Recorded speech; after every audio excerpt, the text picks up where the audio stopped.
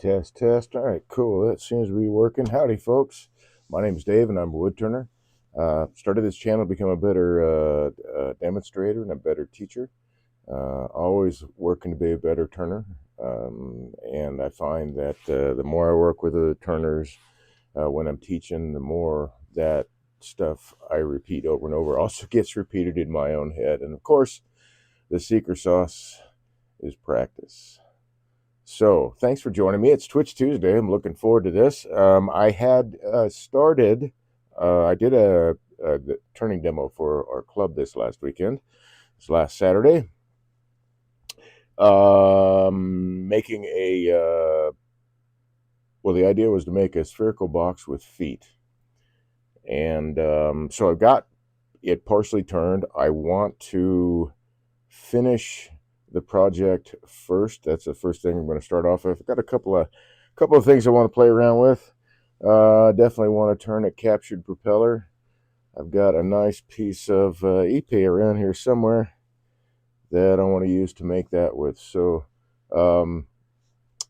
let's turn some wood. What do you say?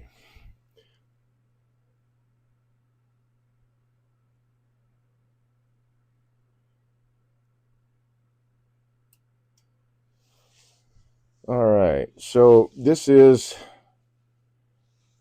oh dear, this is the box that I turned. This is I started turning the lid, got it fit to there. I originally was going to turn an onion ring, so I have to have an insertable tenon glued in place. In this piece, I had turned off the top of this piece so that the grain would match. I made a design change in flight, I guess you can say. So I just sized the lid to be able to fit on there like that, and got the grain bookended. So hopefully, and what I mean by bookended was these were two pieces, rectangular piece that I cut in half, and then I matched the ends this way so that the grain would line up fairly closely. It's not going to be perfect. I think I got to go that way. There we go. For between the lid and the box itself. So anyway, let me set this guy aside. Down there, don't need this bracelet hanging around right there. Let's check this up. So this has not been in. This was in the club's lathe. So I'm gonna have to trim this tenon down a bit because this is bottoming out in my chuck. Well, I guess I'll have to do it jam chuck style. So what we got here? How close is that guy? Well, with a piece of leather, and that might work.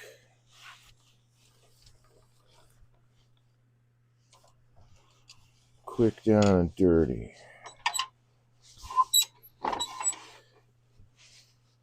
So that means I need to grab my live center. And hey, while we're at it, that might. Okay, so live center, got this guy. I need to have my shelf liner and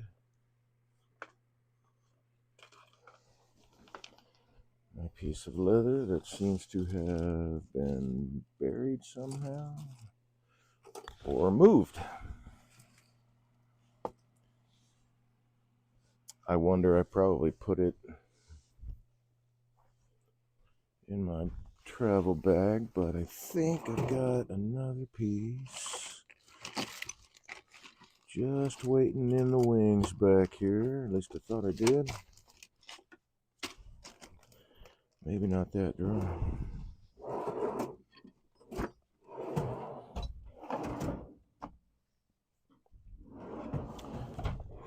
Well, heck, let me look in my bag. I might need to get another piece of leather.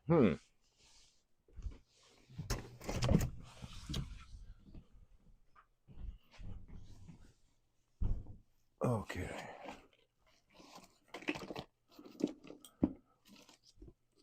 There it is. It was in my bag. I'm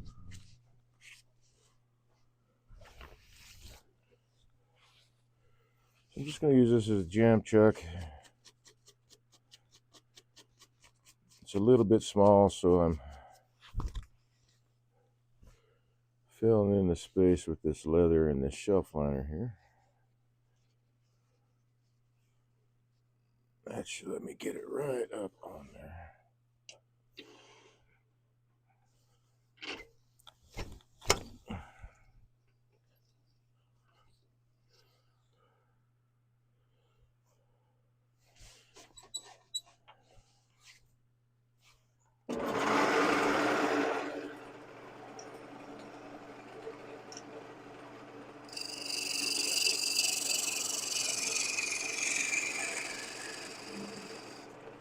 And just turn that down. Now that'll fit in the chuck.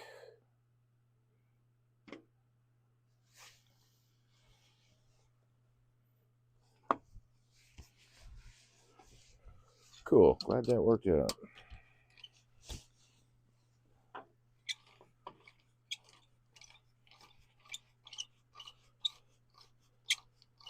So there's differences in chucks, and of course differences in machines and all that, but hopefully this will be running true. Close enough. It's not perfect, but it's close enough.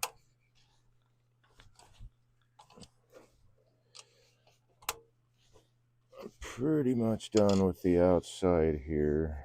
I might hit that with, I might hit that with a little wire wheel on my Dremel, perhaps. So let's see, what was I doing here? All right, so I had, give myself a little bit more light here. I had the piece turned. You can see I need to do just a little bit of sanding here. And I did show off my buffing balm in front of the club. And I have, hopefully this year my hives will be doing, well, I'm hoping to get some good wax out of the hives this year. Yeah, we'll see what happens. From what I understand, nationwide, there has been an incredible die-off of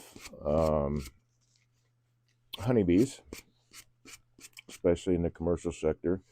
In fact, well, the way I understand it, they only at the moment have information about the commercial sector, and they have projected very, very high losses this last year. And so that means there will be many fewer pollinators available to pollinate the crops that we need. We eat.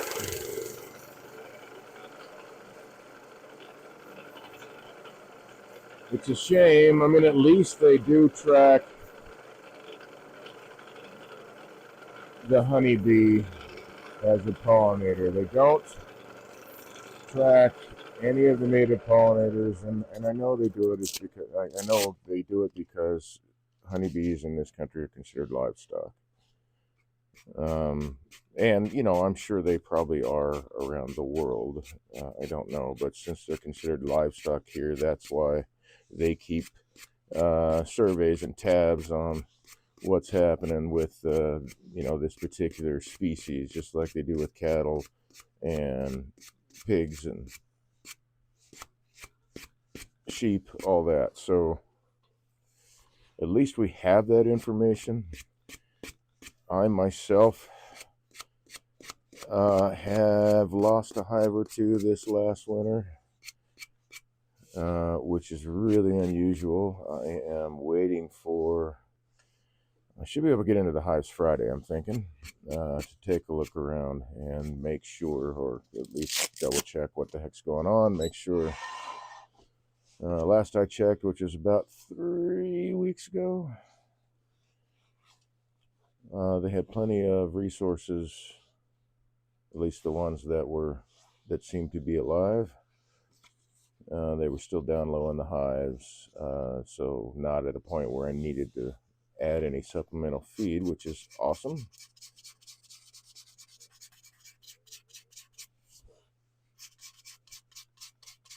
The way I manage my hives is that I just take the excess honey. I don't, I make sure that every winter each hive has enough to make it through, or at least in theory enough to make it through the winters up here. And so far my track record has been pretty darn good with that.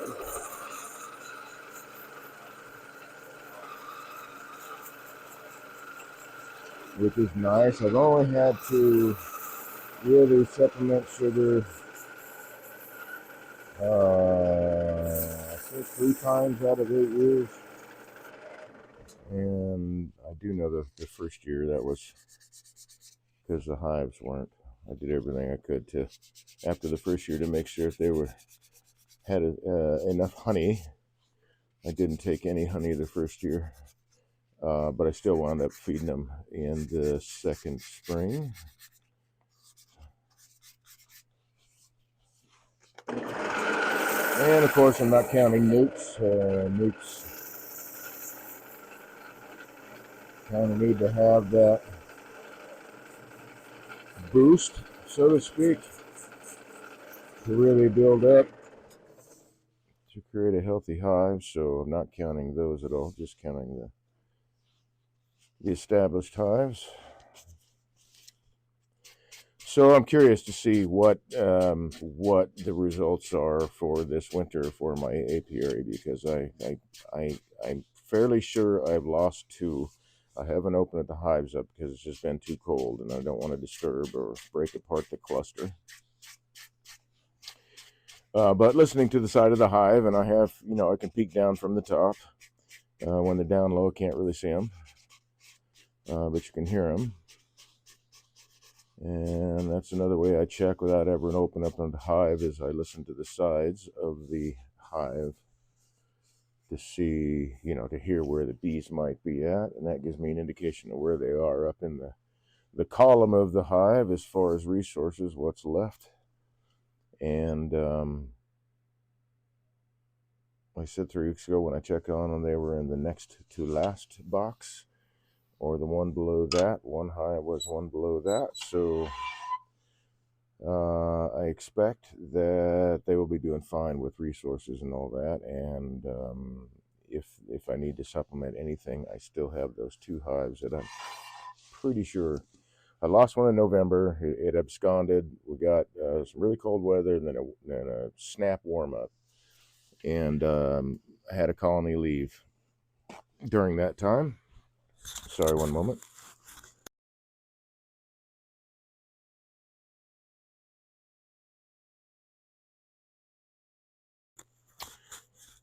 And quick, TC Smo says, "We are here, have fun." Thank you. Hi. Howdy and howdy, Wiley, Smiley, Cuddy.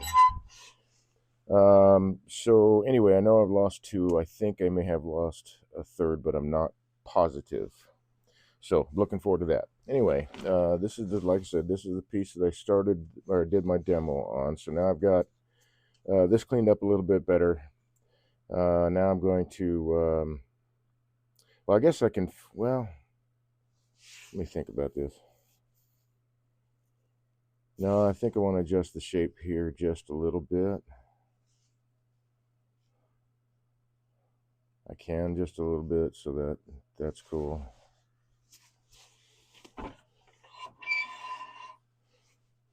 Because I'm not sure that I like how, now that I gotta look at it from this angle, if I like how the feet are coming out. I was thinking about this here, but now I think I want to make the feet down here.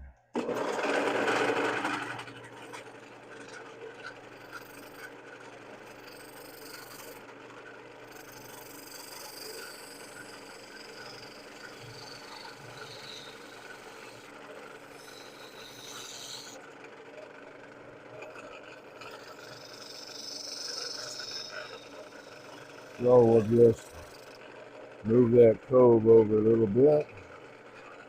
I do think that I want that to be a good established bead as far as the outside of the foot, I guess the toe of it, whatever points out.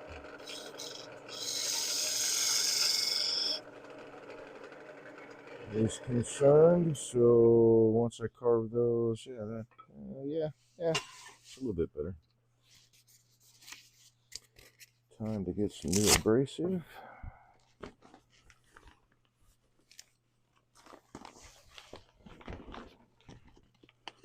Thanks for joining me, guys. Appreciate it, man.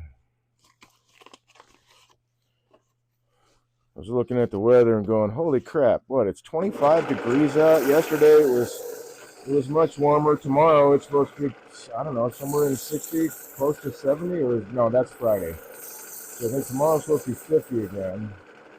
And we're just having this schizophrenic weather. Hooray, geoengineering. So,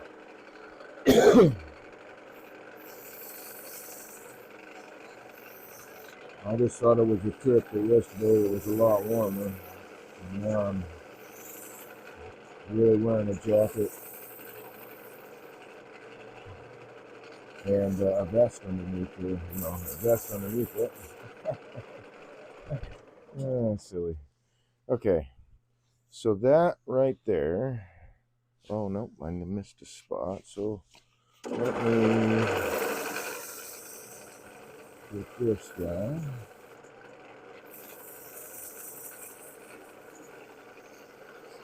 And there are some splits in this wood, so I've got another blank from this same piece of timber that I have ready and raring to go. It's also got some splits in it, so it's just working around what some folks might call defects. I think they're, well, sometimes they're potential issues, but I also think that they can be potential features.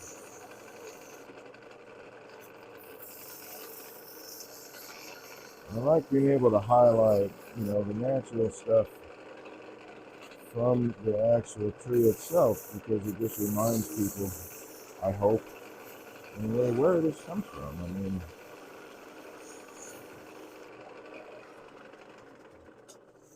it's not a mass-produced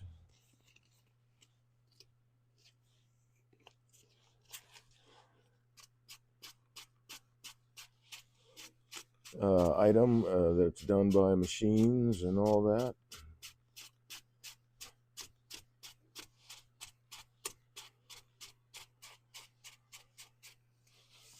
Alright, so I think I can hit this with my buffing balm now. Let me see. I can hit that right there.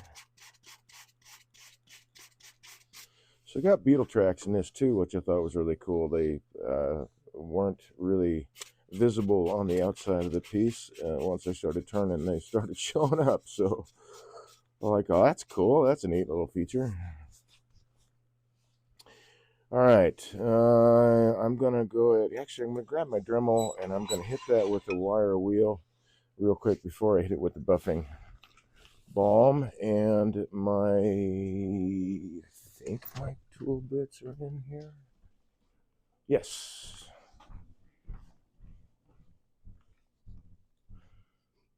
So just a little steel wire wheel. That's what I'm going to use. Set that there, I think. That guy's probably all right.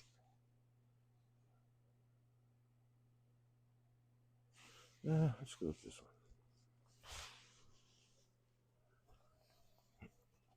And I want to put a little bit of pressure on this, but not a ton. I want to have as much of the outside of the tree. This is still some cambium and from the bark and all that. So I want to get rid of that so that the color of the actual timber comes through and give it a little bit of texture. I'm sure it has some already, but I don't want to like dig into it really, really hard.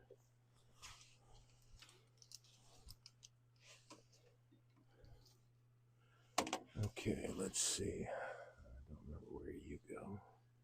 You go to the confuser. So we'll get rid of that light for a minute.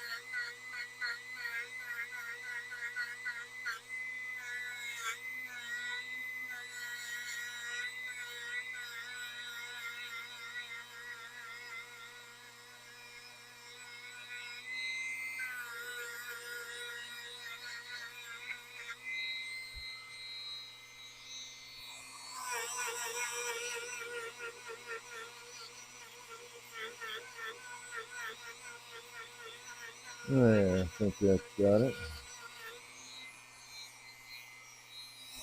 Put a little bit more texture there. A little bit there. Alright. Well, I think that will do. Let's move that guy aside. Let's see.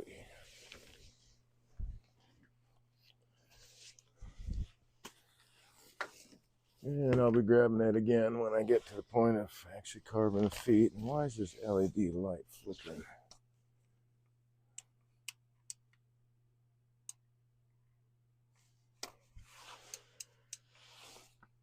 Oh, that's right. I think it's a issue with the switch.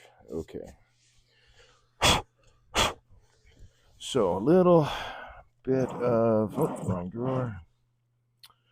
Little bit of brass brush here just to clean off any fine dust. Burnish just a wee bit. Now I'm going to grab the buffing balm. It's inside where it is warm.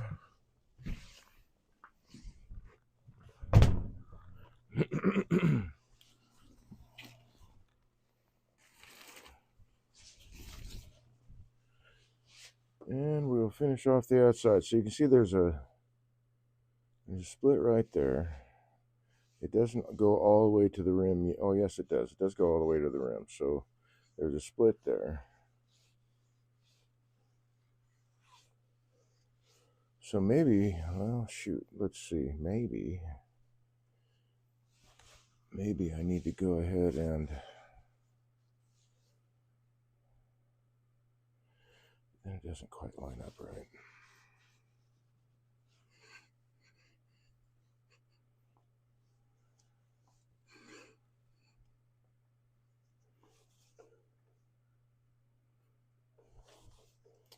And that's a lot closer. I was thinking maybe I should go ahead and use the onion ring to glue that because of that split. It's right there. I glue that in place, and that will hold it. In theory, anyway. I don't know that that would be actually the case.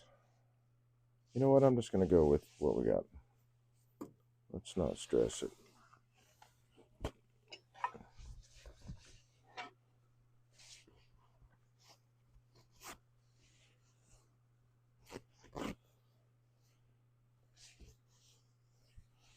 So we'll buff this guy up.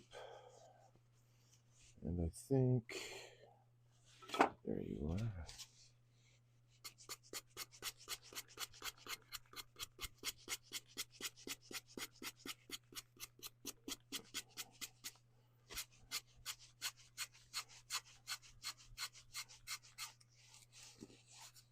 We'll just clean that up a little bit where that's split.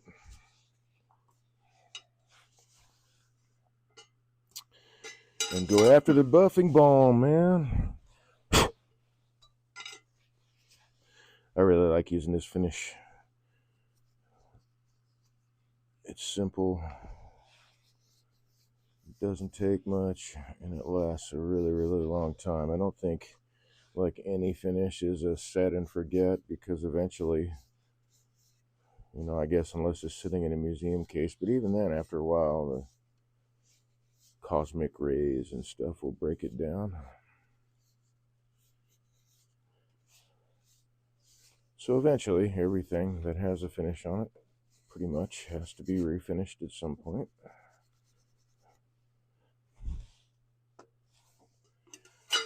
But this recipe seems to last quite a while as a finish, and it's a similar process or similar product to Yorkshire Grit, except there's no petroleum products in it. It's all natural, organic stuff. Food safe before you put it on, not after.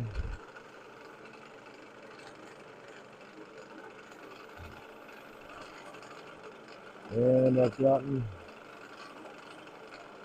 some really good reviews about it, so I'm gonna start marketing it online. The issue is the beeswax.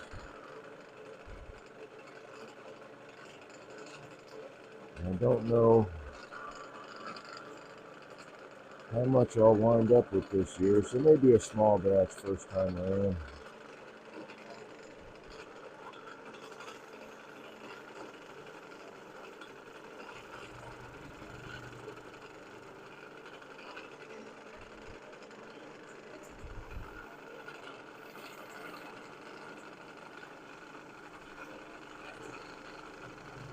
But pretty confident the more people try it, the more people will like it.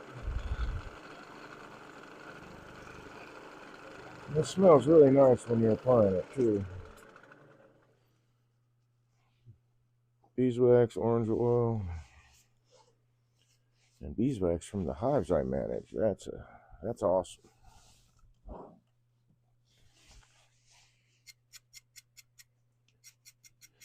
Get the paper towel fibers out of that. Now the beetle tracks really show up a lot better, which I think is pretty nifty. All right, let's put the beeswax back inside until I need it again. Just right inside the door.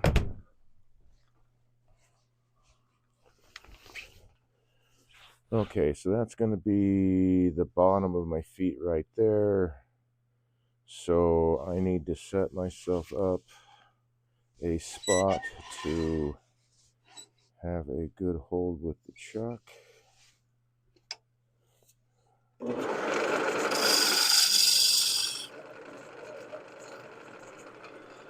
That'll do.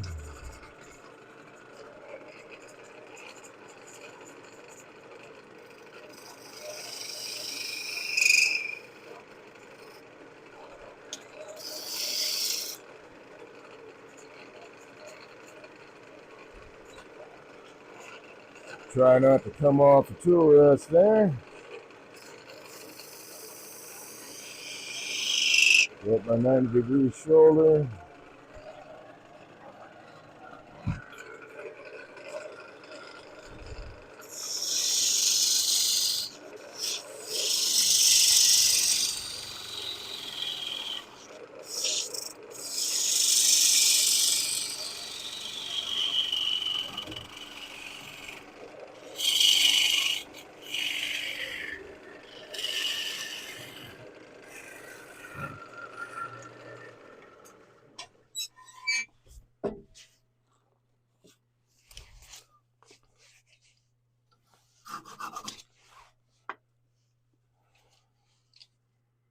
Cut it off with the saw. Remove that guy. And now, actually, I should leave that on there because now I'm going to use it as a jam chuck. Except for that split. Oh, man. We're going to try it.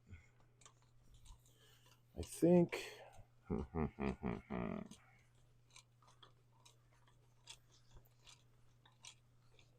I don't believe this will fit in there.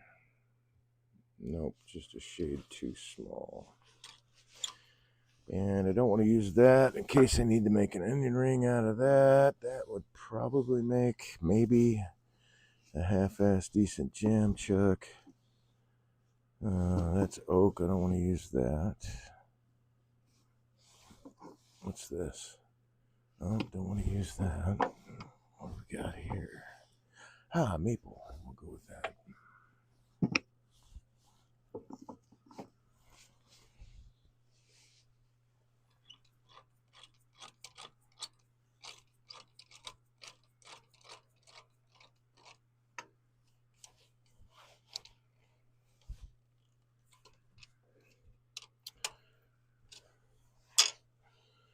So let's see. I need to be able to get into there.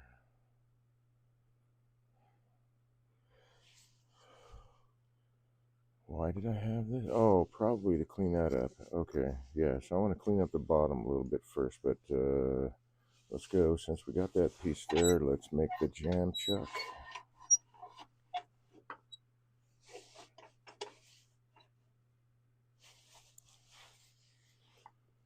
Yup.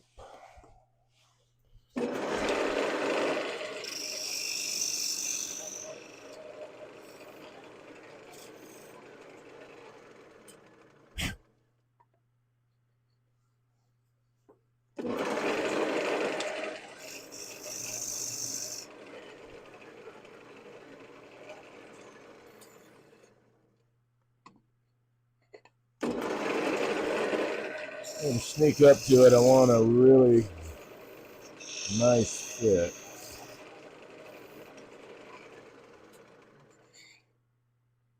It's almost there.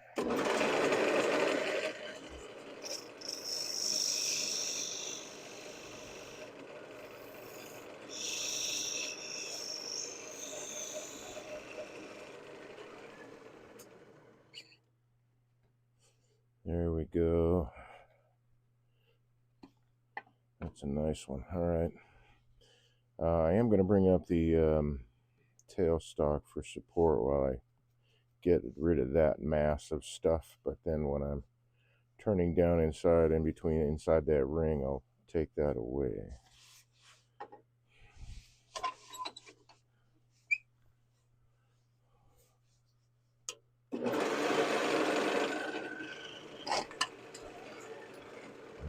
Turn it the other direction. And I do have to worry about this split, so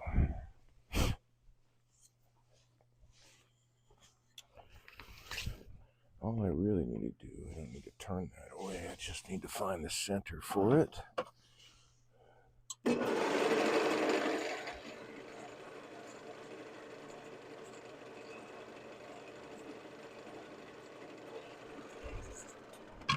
Now I can bring the tailstock up. Let's move that guy.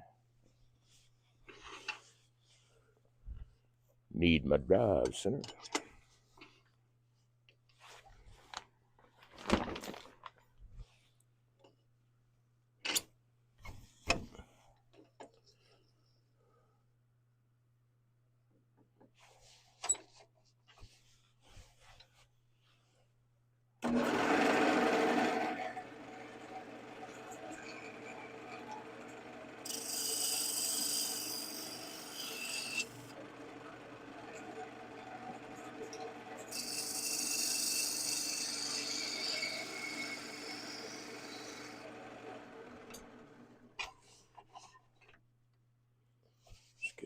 better angle on that.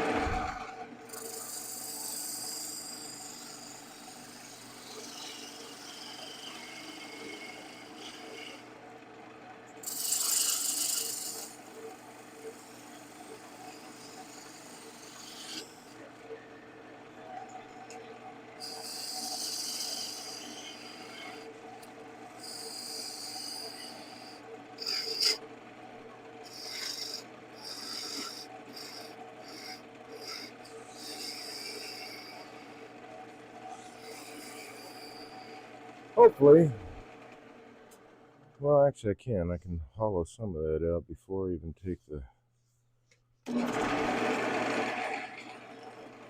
tailstock away.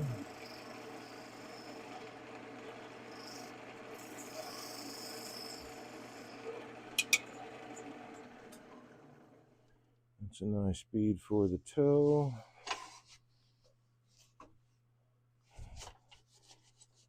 Just take a look at the camera to see. You can see what I'm doing here, and I do have that camera on, so yes.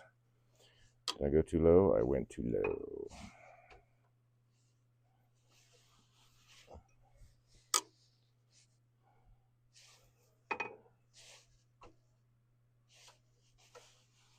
Okay. Now, I wanted...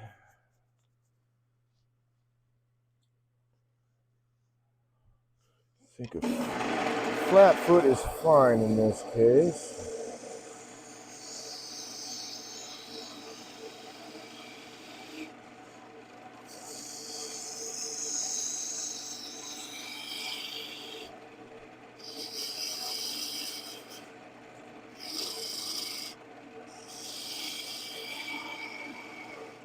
We've got that opened up, so what I need to do is I need to visualize this curve coming down through there.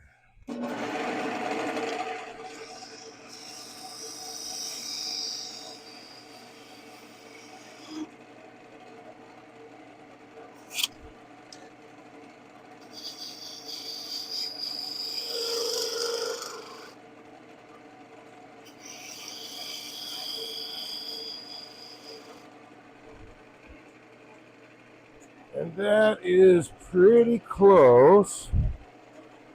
I need to get in the ballpark because I am going to wind up sanding some of it once I carve the feet.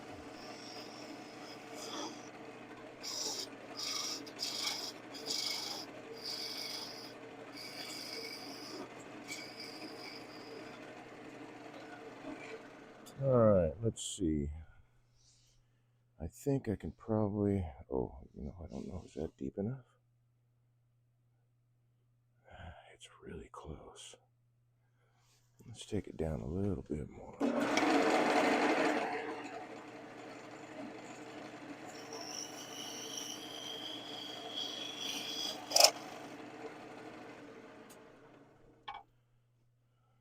There we go. That looks much better.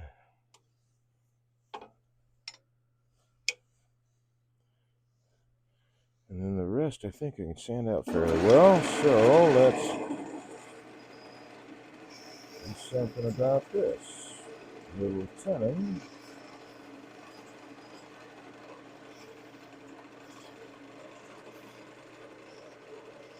Just like that. Whoopsie daisy. Not the greatest jam chuck because I got that split, but the split is not coming apart, so that's a good thing. All right, so that is pretty much all set. I just need to now carve feet. So let's do that.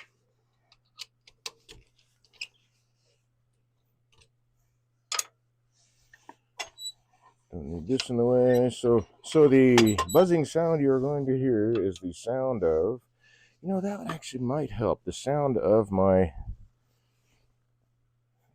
Dremel tool kicking on.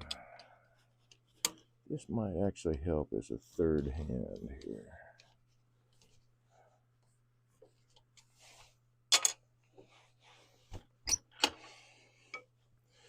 All right, so I want to lay them out. I want 3 feet.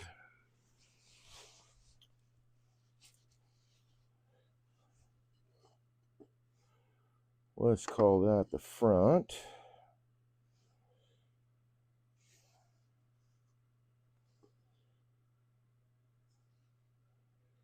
Okay, that needs to be wider. So I'll have 1 foot in the back. That was too wide, wasn't it? Yep.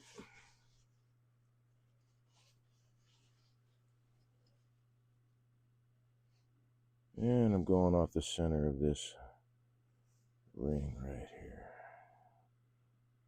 And that's going to need a touch more. Let's go that far.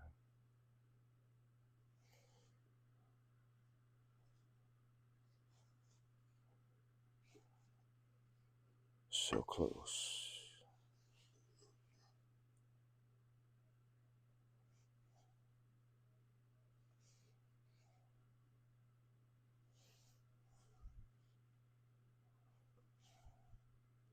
There we go.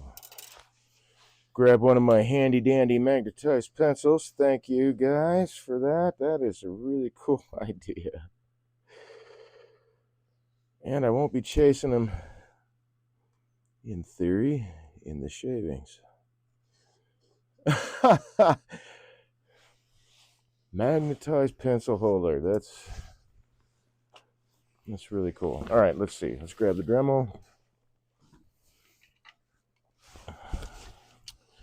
And whatever did you do with the little package of bits you had set aside, young man? You would think I'd set them next to the Dremel. I did not. That's okay. I got a spare. I don't know where they're at, but I have a spare cutter of the variety I wanted to use.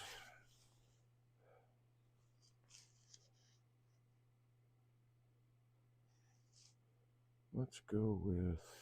Nah, that's a little small.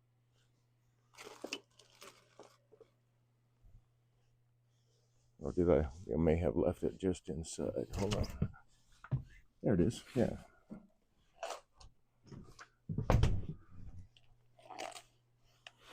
So let's carve us some feet here. I'll use that guy.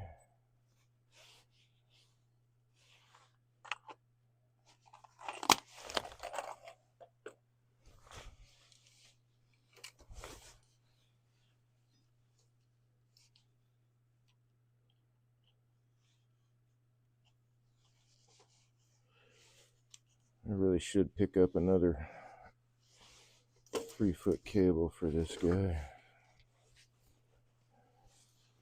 Okay, we're going to lose that light for a little bit. And you will plug in its place. Set you on the jam chuck.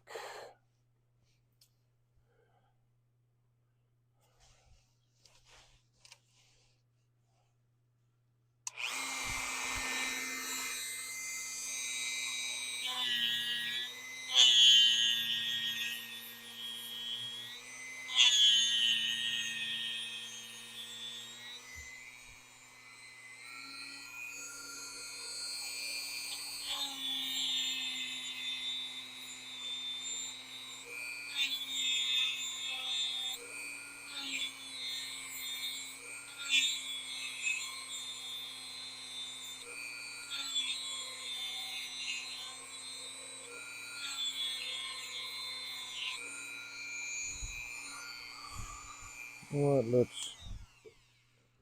I want to grab a little piece of... Would that work for me? No. That will.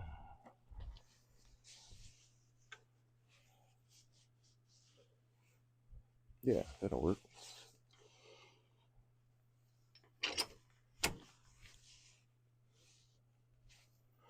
Just give it a little pressure there, so I can be a little bit more aggressive with this. That's not what I wanted to do. I did not want to turn that on. That's funny. That's a habit from bringing the tool rest up.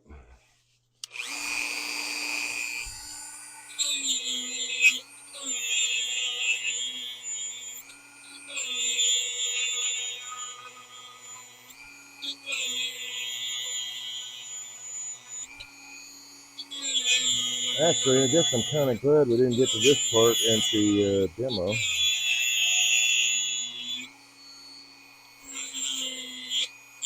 I don't know if we're about to set off any fire alarm.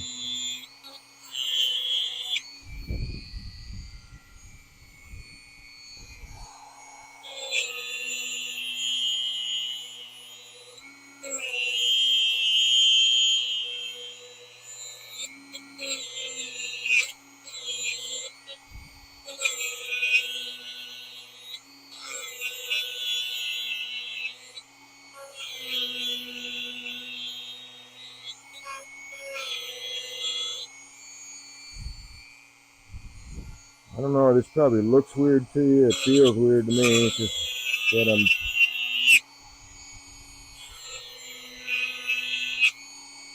trying to set things up where you can actually see it on camera. Normally I'd be holding this piece, but this would do.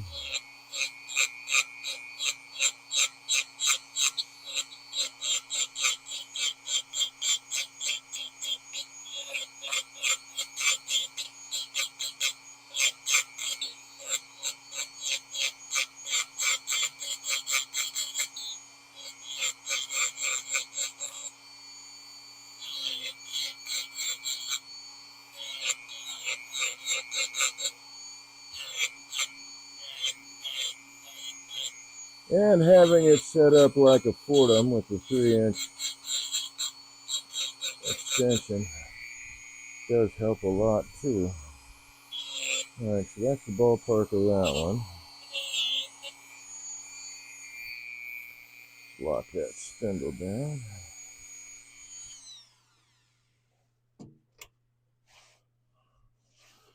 Let's rotate it down here.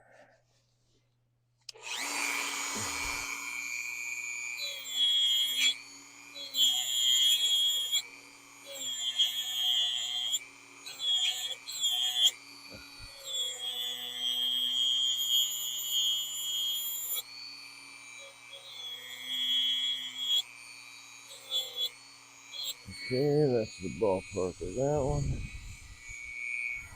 Clean that up a little bit. I'm going to wind up taking this off and cleaning up the feet once I have them roughed out.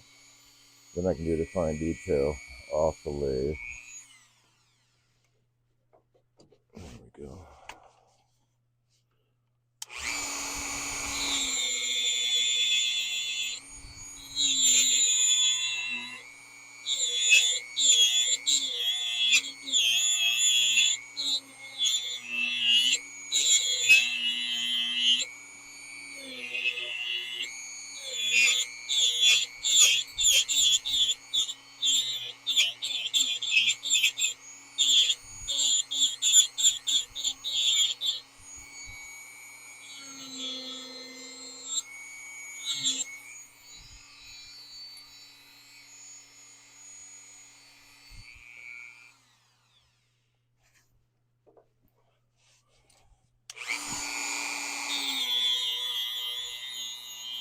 This is always the part that takes the longest, is the carving.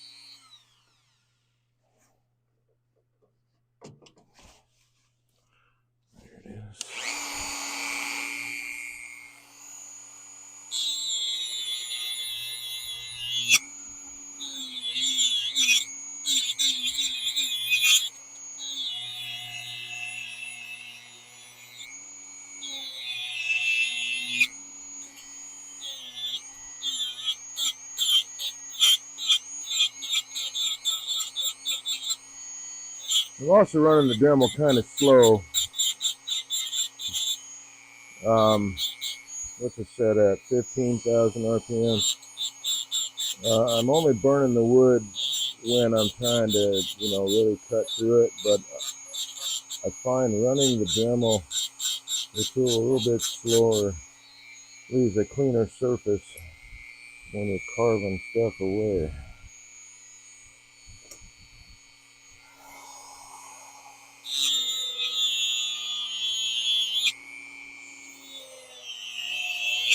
But the heavier cuts are going to burn.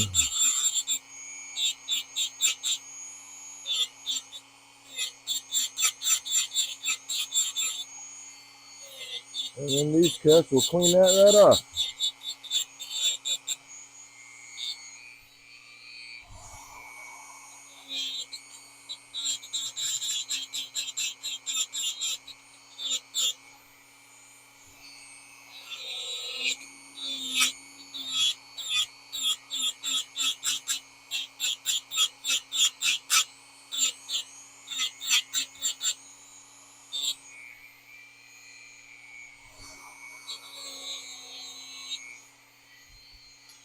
Alright. Getting closer by the minute.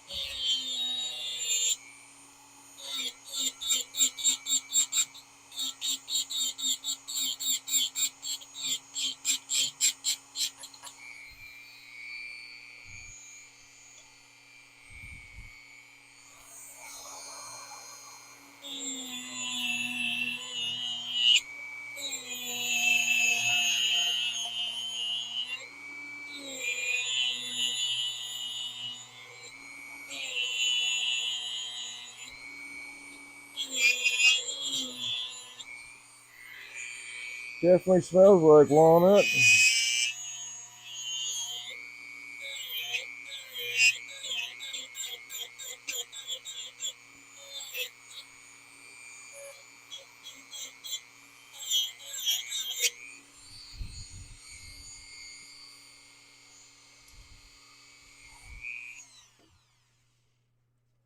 A little bit more pressure. There we go.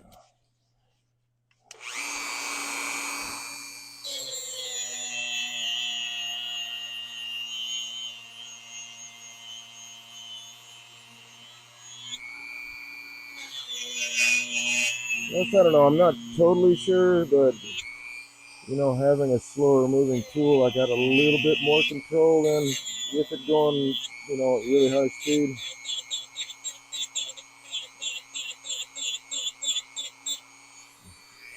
Like it doesn't want to skate as much.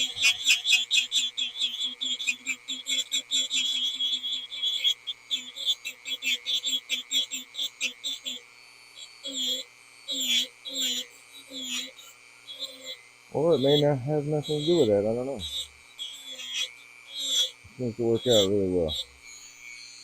Okay. Now I can finish the rest of this off the lathe. There's a lot of heavy cutting there.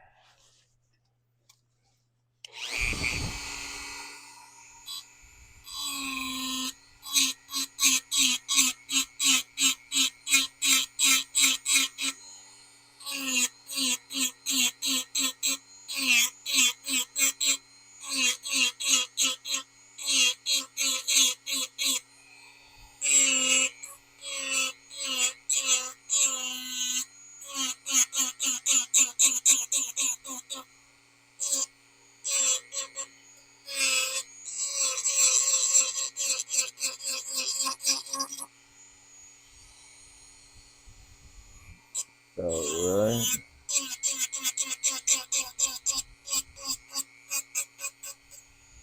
On that side.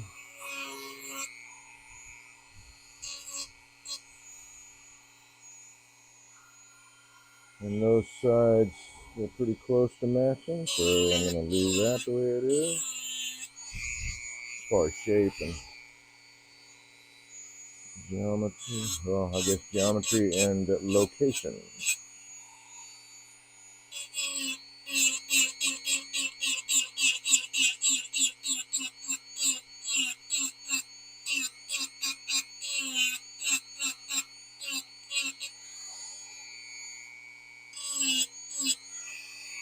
think I need to bring my bit out a little bit further.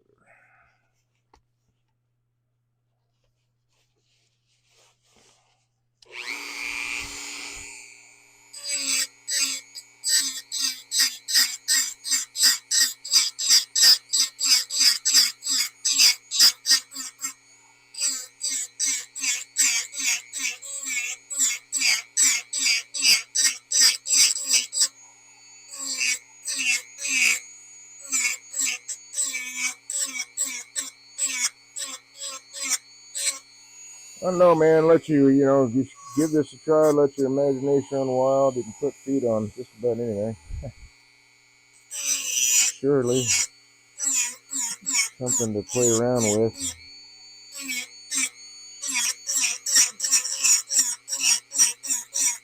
I kind of go in stages, and whether I put feet on something, or I guess it depends on the piece too. Whether I'll put feet on something, but.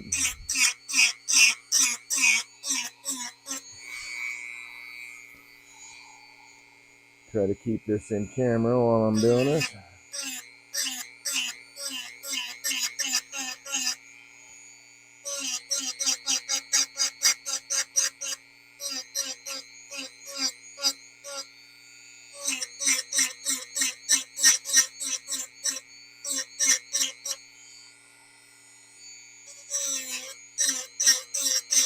And then I've got a little sanding wheel, a little flapper wheel that goes on my Dremel that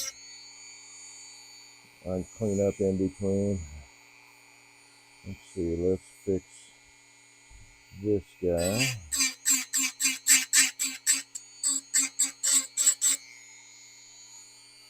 Pretty close.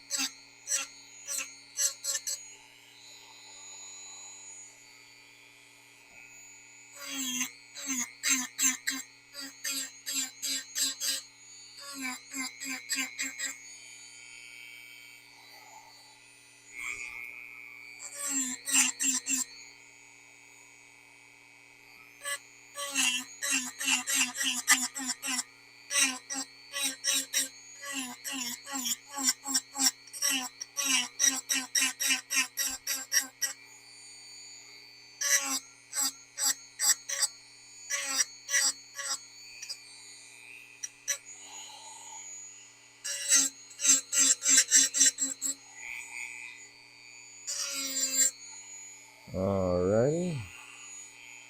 And then this guy needs to be adjusted a little bit.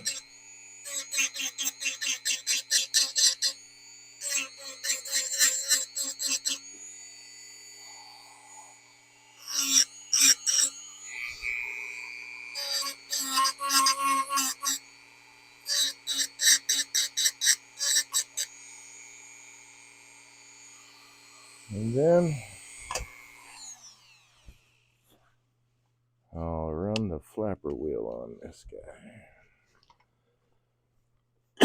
Excuse me.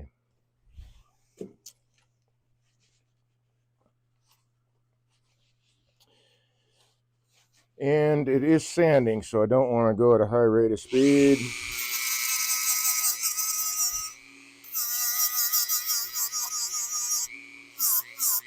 Risk burning the wood.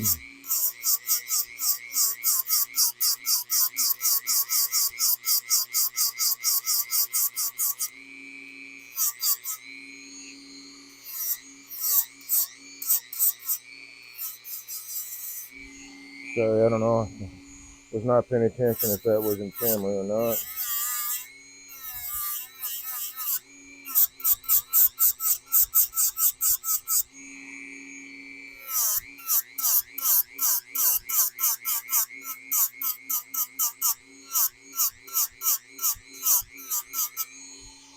There we go. Starting to come along nicely.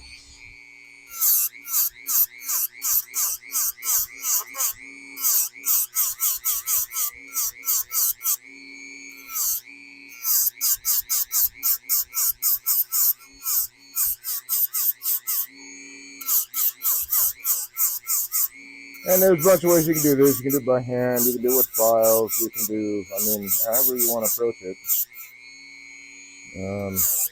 Really, it's a matter of personal taste, right? And maybe efficiency.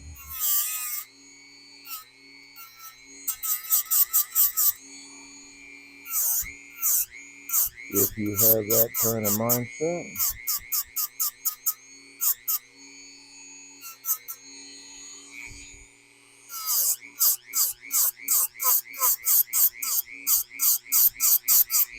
I like these little flapper wheels. They're nice, man.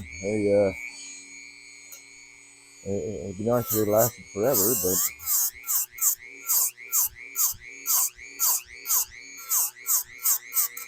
that's time for me to buy a new one.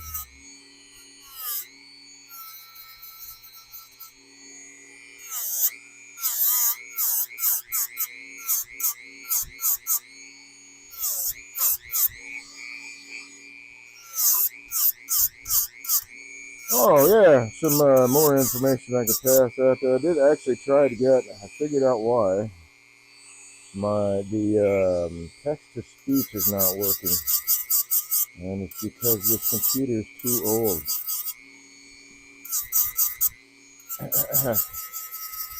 So I'm gonna have to rectify that by buying a newer model at some point. Hey, if you'd like to make a donation or you want to support this channel, please subscribe and let you miss all the ads.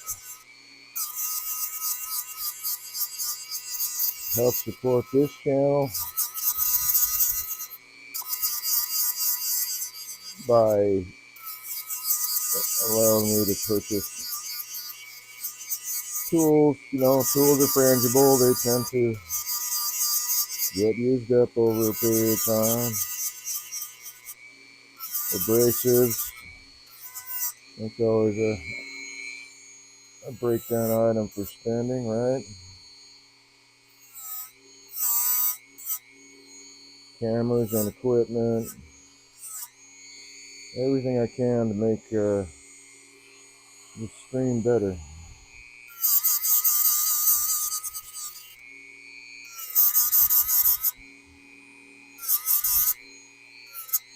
Alright, let's give that a look over here. Let's see. I want to grab paper towel. I may have to grab, well, let's see if we can do this bit by hand. I'm thinking it should be fairly easy.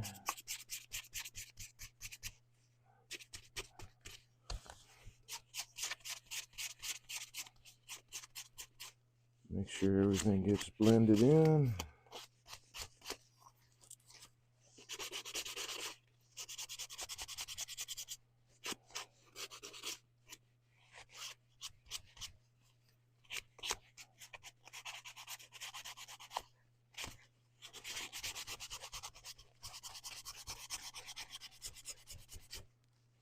Yeah, that's working out well.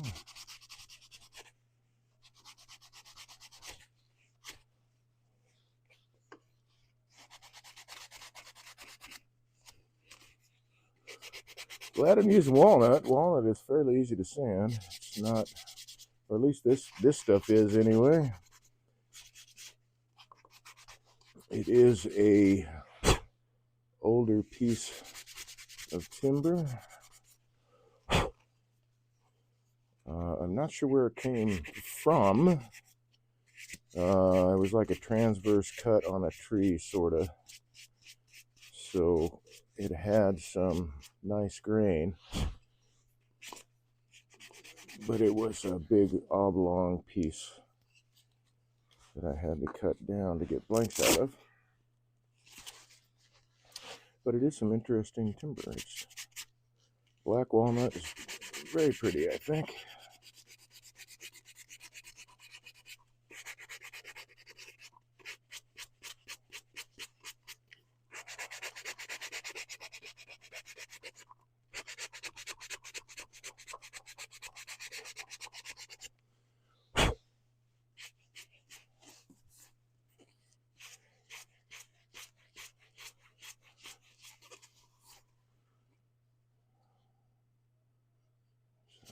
All right, let's get that sanded out. I mean, I get that this is just a practice piece and a demo piece, but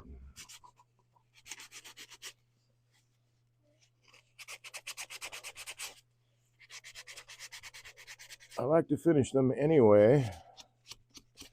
And I can submit an image for the newsletter. Actually, Pete's still working on the newsletter, so if I have this done this evening, I can take pictures of it and send it to him right away so I can get right in the club newsletter. So everybody who tuned in this evening to watch it get finished from the club can also see the finished piece in the newsletter. That'll be cool. All right. Well, I think that will do nicely. Get a little bit of wire brush action here. Well, maybe not. Maybe nylon. Yeah, let's try nylon.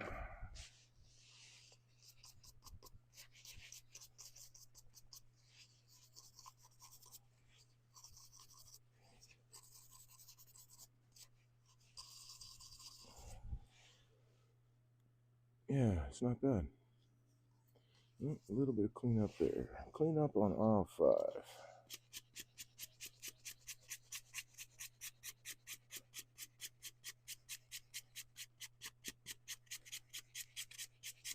Should be able to blend that in pretty quickly. Let's see. Yeah, that's not bad. Oop, a little bit more here.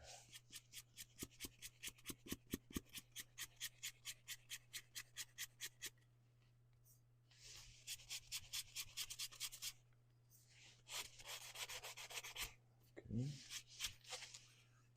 Do the same thing everywhere else. Follow the grain. Last little bit of sand in here.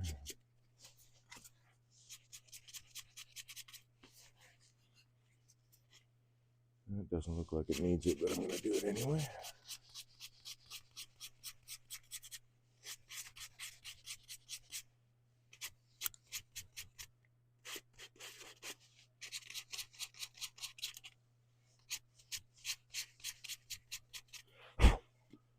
Now I should be able to sign it and hit it with the buffing balm. In theory, I think I'll use a bit of wet paper towel there, although, I mean, maybe I'll use, you know what, I'll turn this down. I'll turn down something small. I'll get I've got a piece of leather I can use.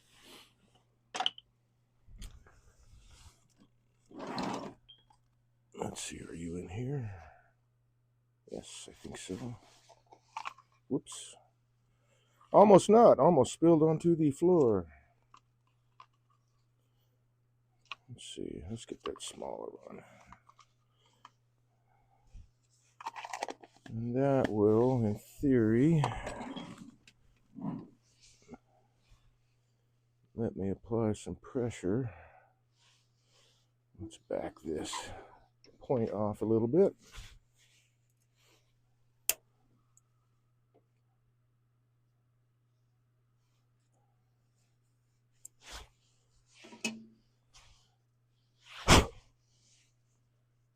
And then that will, I should probably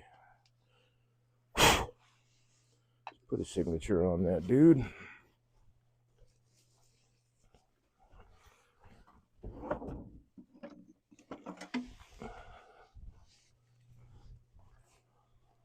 That is what they call it, right? Even though it's, I mean, it's artist signature, right? I guess. I don't know. Put my mark on it.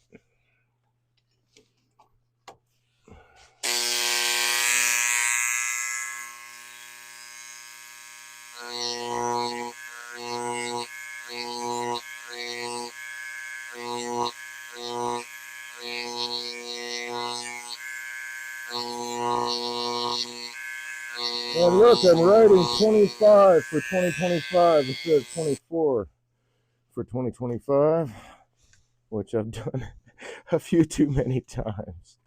for some reason.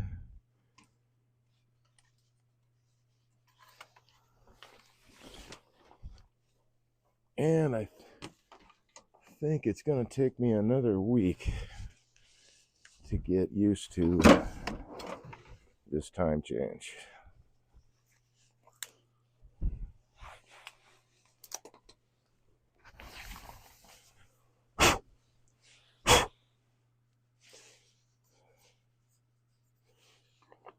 All right.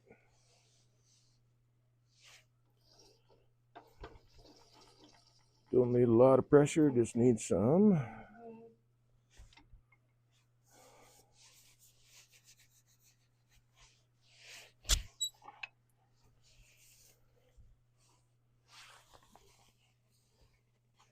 And need the beeswax back. So let's grab that. You know, I think I'm just going to leave it out here. Maybe I can keep it in my pocket or something. My jacket pocket. Instead of having to constantly go back and forth. Okay.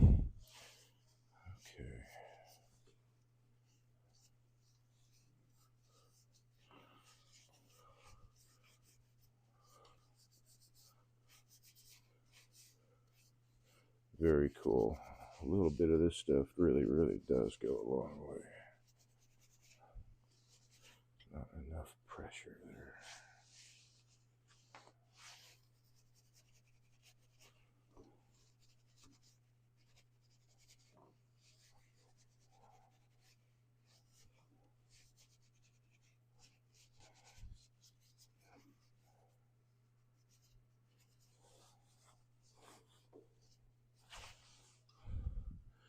All right, let's see.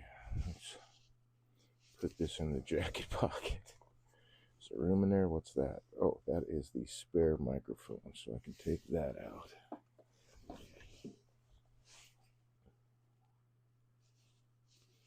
Groovy.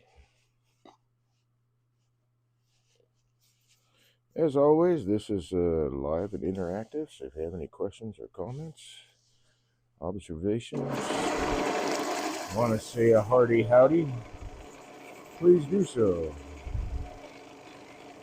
And do pay attention to chat. Eventually, I'll have the text-to-speech thing going so I don't have to constantly monitor the screen. Let's see, can I get in there?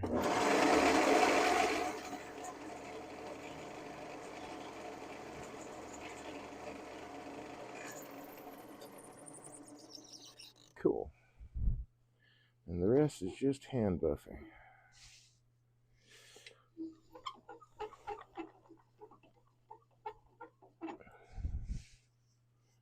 Get a fresh piece of this paper towel happening here.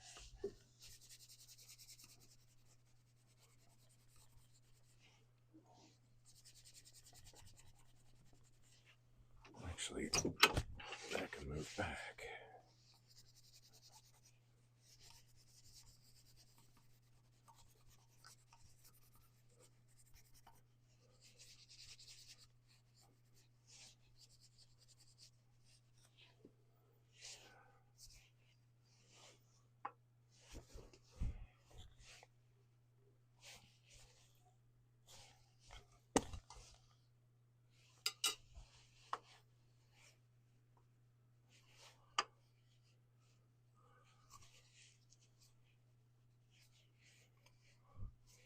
Get a little bit of wax down into here.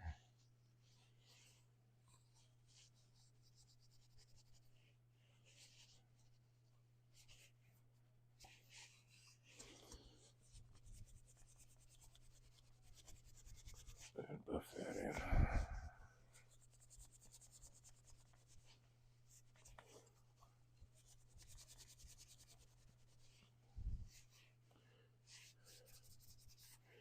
Cool. So there's the finished box. I love the fact that it was curl in it that didn't see on the outside of the blank. So I'm looking forward to seeing the lid done and Hopefully that curl will match on that side, but let's do this. So there it is sitting on the feet.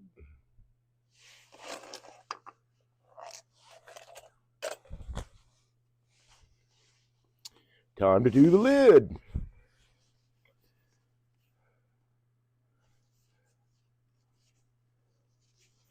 Right after I put this in my pocket again, I think.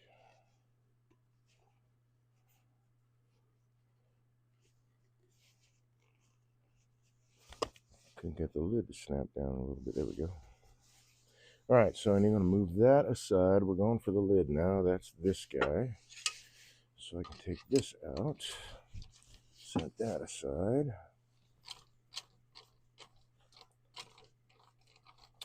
So my idea for this demo also was to make the lid and the finial all out of just this one piece, as opposed to turning a finial separately. Let's see, I'm going to hollow this out a little bit more. Actually, you know what? I need to double check something first. I wanted to put this into a little bit of a reverse hold maybe, but I may not be able to get away with that.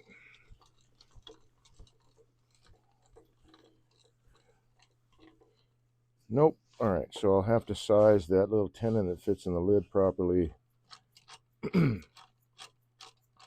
make sure that any marks I get from the jaws are hidden when the lid sits down, which shouldn't be an issue.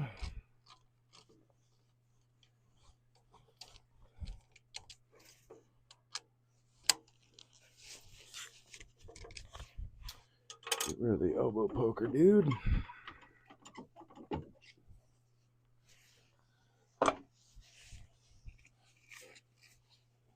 Move a couple things around here. Let's see. Let's put that brush back. Get rid of the sanding paddle. Move that blank.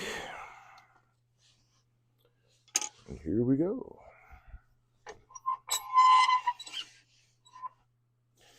Hey, that means I can turn this light back on.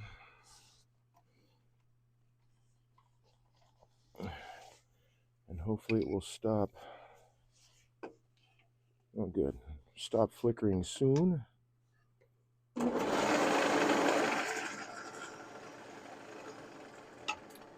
I was worried that might be a problem.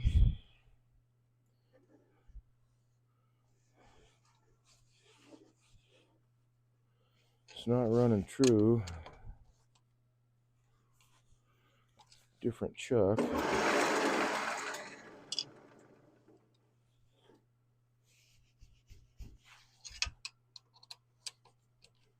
Well, I can fix that. Let's just take care of that problem.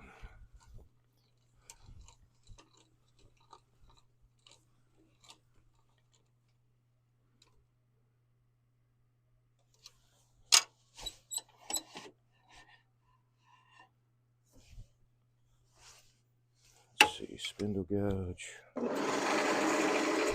Yep.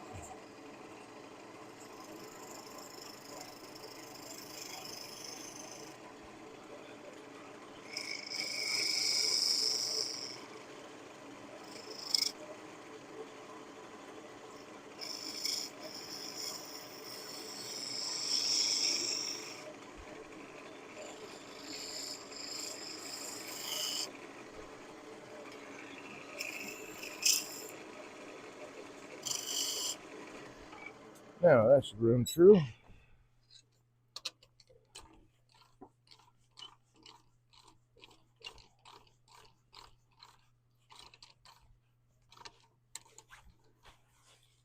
Now this piece too also had a split in it. But let's see, where's that guy? There it is. But I'm going to wind up turning it away A lot of it is a beetle damage and stuff too, but so that's going to disappear. But I'm going to wind up turning that split away, so I'm not really concerned that it's there.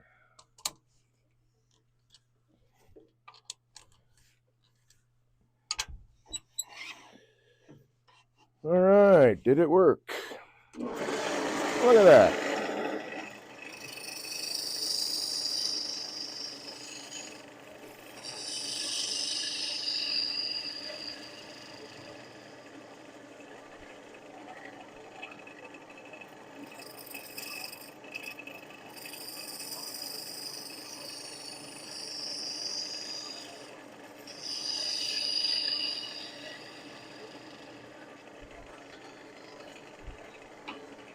So I'm going to grab my round nose scraper here. I took it a little bit deeper because I got to cut some of this down to fit properly in the box. So that's done. So I'm going to take off, oh, good 1/4 inch. All right.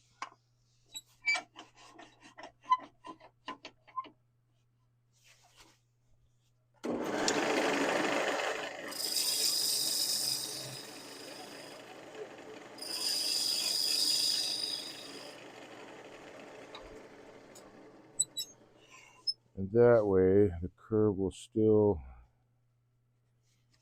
take that down now. The idea is that the curve of the lid matches how it should be on top. Matches that upper curve there. Need to resize the tenon just a little bit. It's just a little too big here, so I must have had a taper.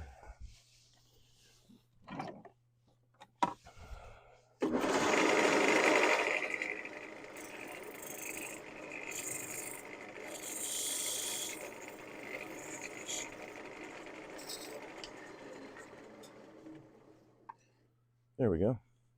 So I need to take off, wow, what, 1/16 of an inch left to go.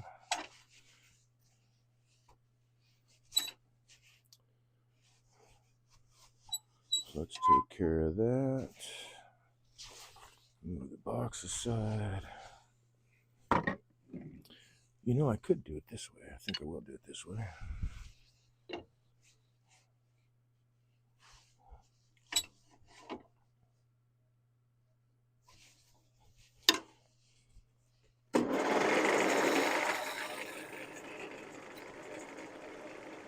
Let's use my skew.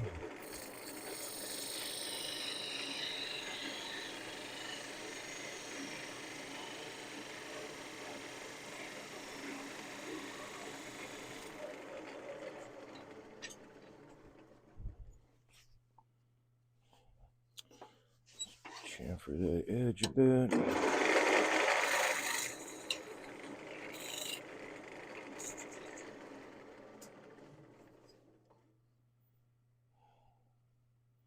There we go. Now I can follow, yes, yeah. So I was really good with the curve there. Lucky me. I guess it really needs to be that wide.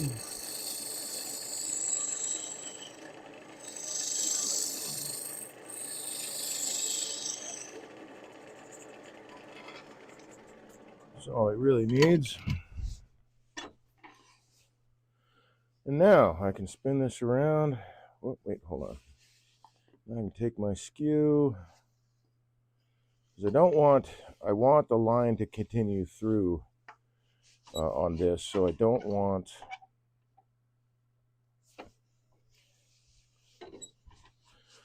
this sitting proud at the joint there of the box. So let's get rid of this little lip here.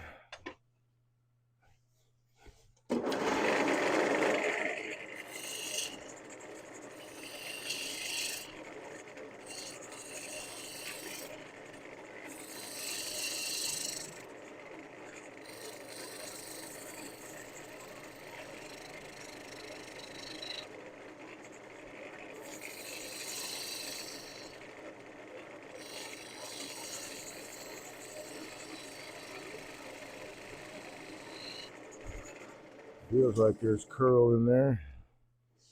Oh yeah. Okay, so this should sit properly just like that. And I think that I will do just a touch. Sanding right there. Hey, since this is shallow,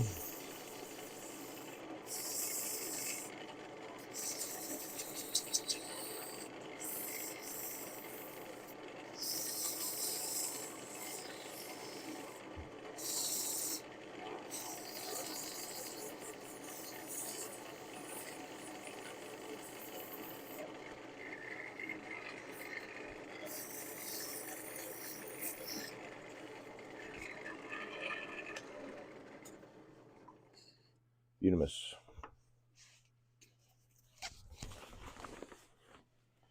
All right, so that is just lovely. So now I just got to follow that curve around.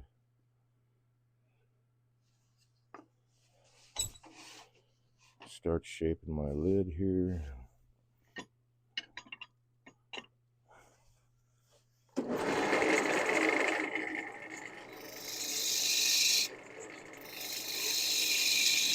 So I need to cut backwards because I need to create room to be able to get my gouge into that area so that I can start shaping.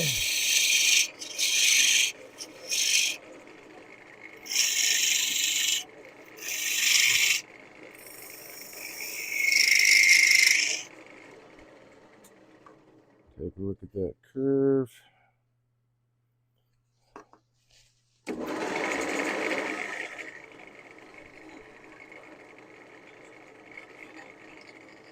Ah, that would be why. Tool rest a little too high.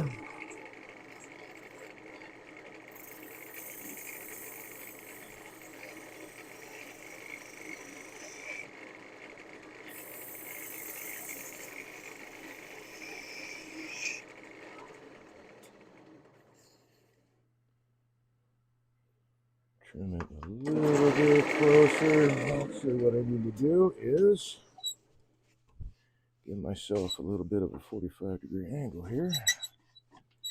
So I get right in there.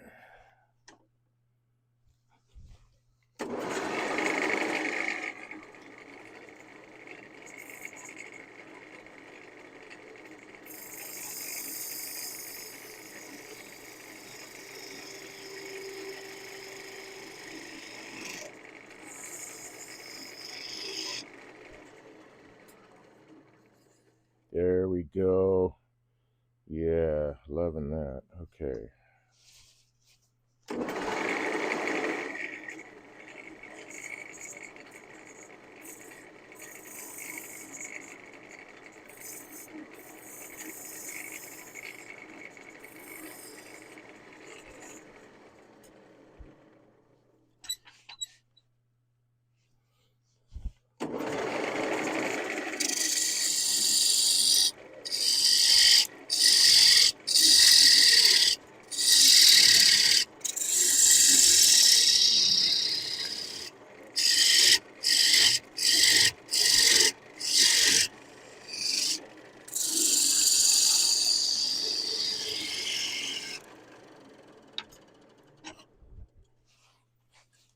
Oh, yeah, that was moving on me. I thought so.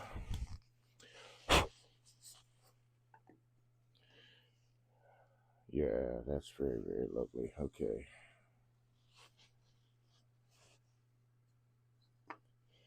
Now, let's see. How tall do I want my handle to be?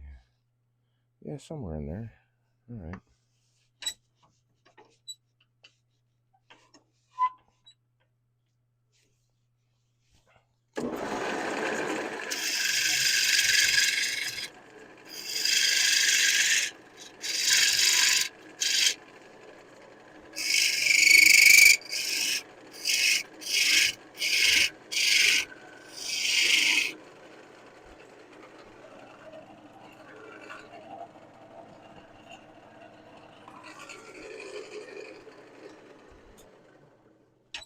And this will be one of the few times that I will actually part something all the way off.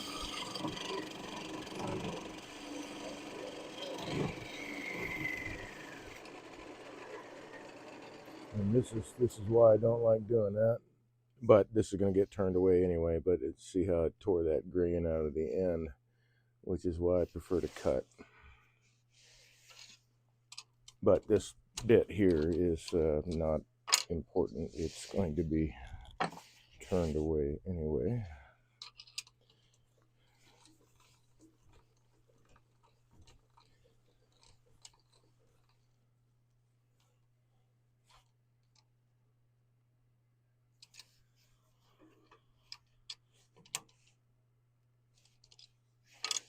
Okay.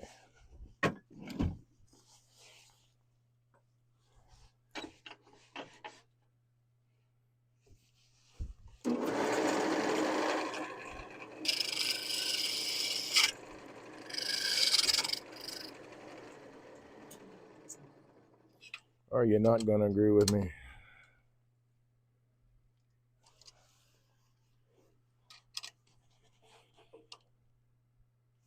I could always do a jam chuck if I need to.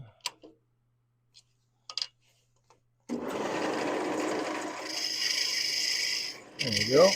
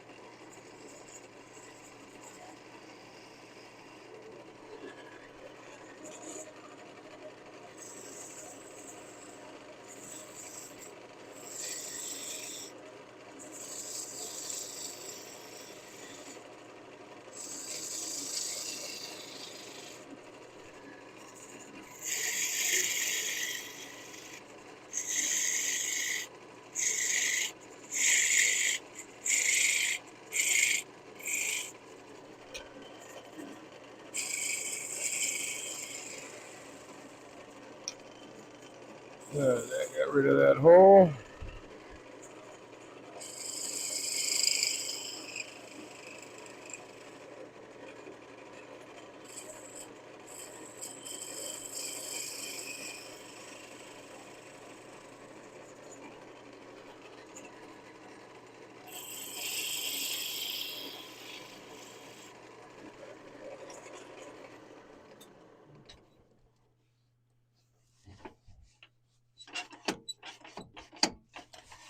I can't get any closer with this tool rest. Okay.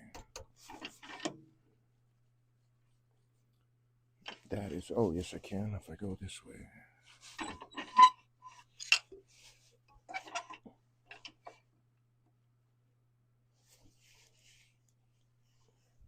That's why I like this. I really do like this Steve Center tool rest, man.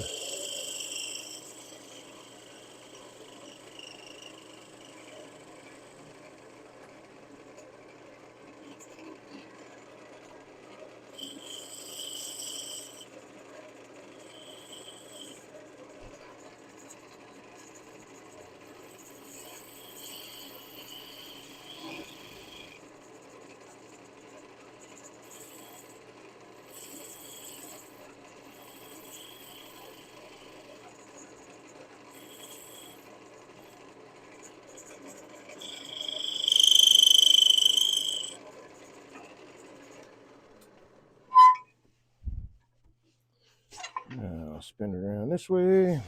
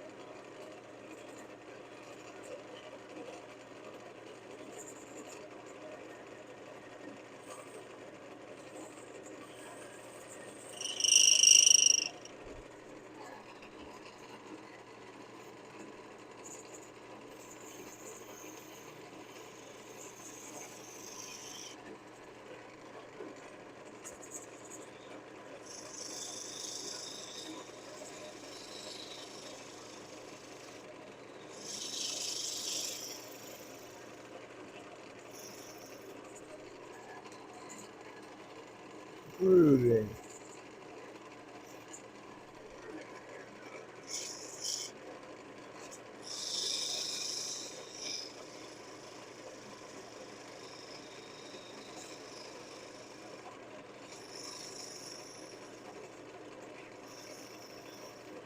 Here we go. Nice.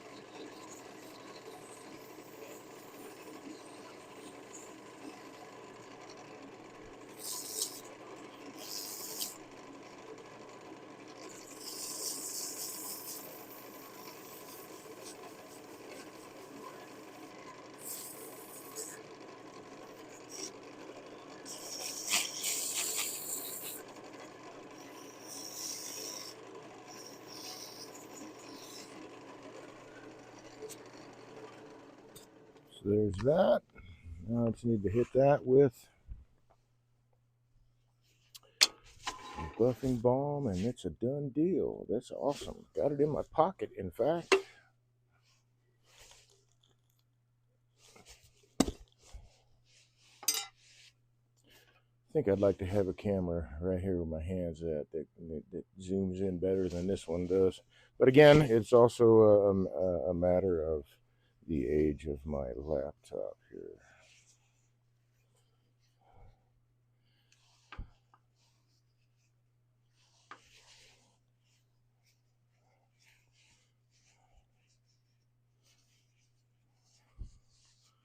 Wipe a little bit of that on.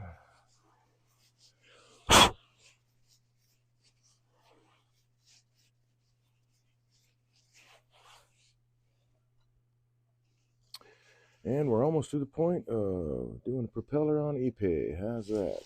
I think that'd be pretty neat.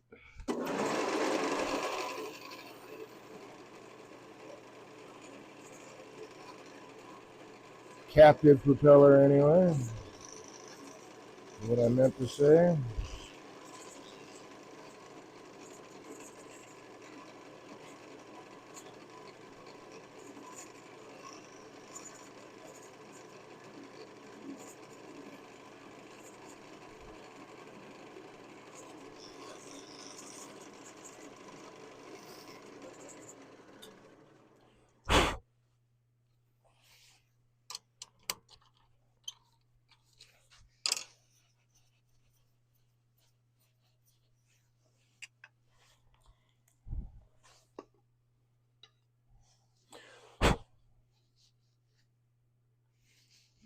More than that.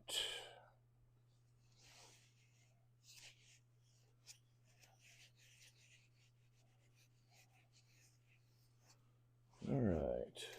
Now let's a little piece of paper towel here.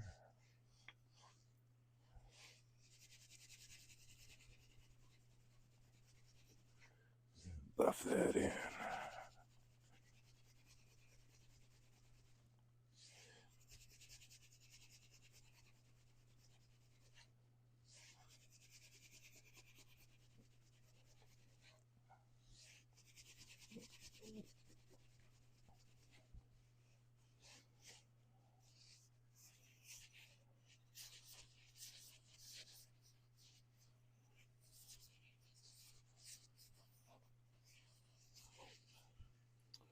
Alrighty. So let's dust this guy off.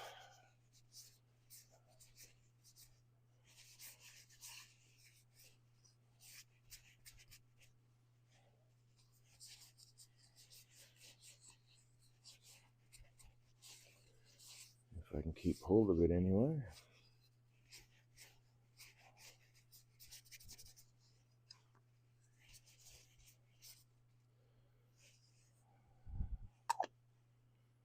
Cool, man. Oops. Let's go collect that. At least that was me and not, you know, the result of it flying off the lathe. So there we have it.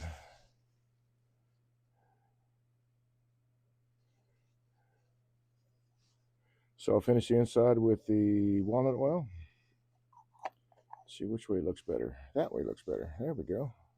So it matches really, really close, even though they were bookended. Right, the grain actually ran this way, all the way around on those two pieces, and I cut it in half. And then I flipped this one 180 degrees to bookend. And that came out pretty nice. It came out pretty all right. Where the grain lines up there. So I'm happy with that. So this will go on to the buffing pile. It's a nice little box. Let's go put that inside. Move that guy out of the way.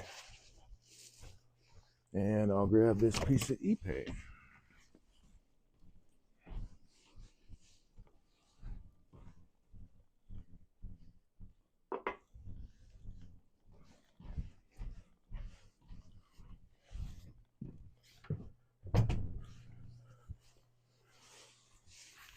And hey, probably some more talking on this part as opposed to that. I don't know. Okay, so I've got a nice piece of Ipe here. I see that it does have a split. This is really, really dense wood. And where I want to cut the propeller, this shouldn't be an issue. So we're going to find out. Should be okay, though. It's really, really hard, dense wood.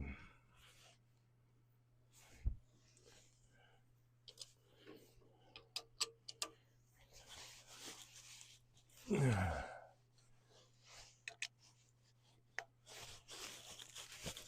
wonder, guys, if y'all can tell me if the ads are as intrusive as you mentioned last week. I think you said you saw either 8 in a row or 8 minutes in a row. I can't remember exactly which. It definitely shouldn't be 8 minutes in a row. Let's see. I'm going to put the beeswax inside for a little bit. I want to see. I don't think I've tried. Have I tried? I can't remember if I've done any Ipe with my buffing balm, so we're going to do that too. Oops. I forgot one thing. We need to extend that point a little bit now. It's probably a little too much. There we go.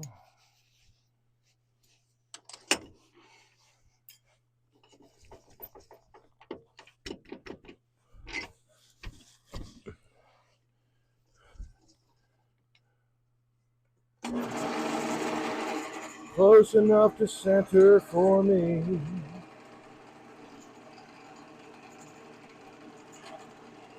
All right, first things first, I need to make some room.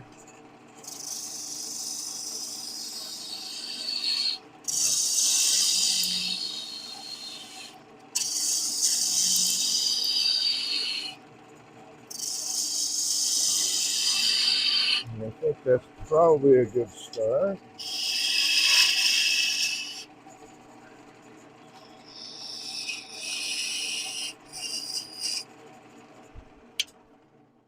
Wow, man, you see the color difference where that's interesting. Where things that bled through on the split, and oh golly, that looks like it might actually go all the way through there. So this may not work on this piece of wood. We're going to find out.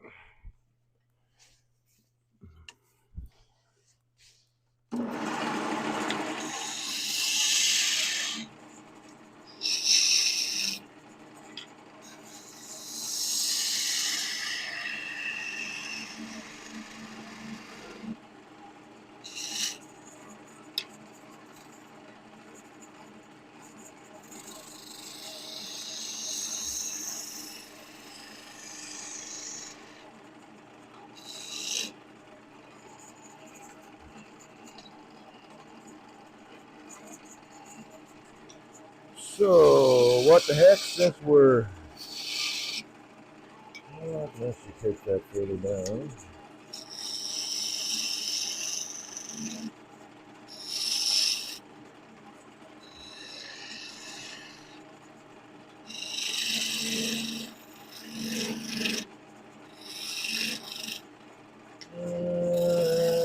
Looks about right, I guess. So, captain propeller, I want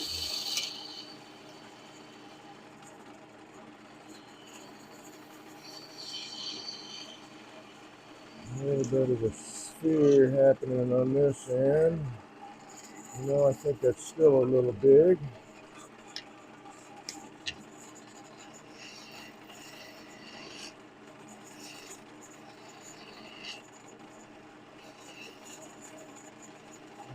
It'll probably be alright.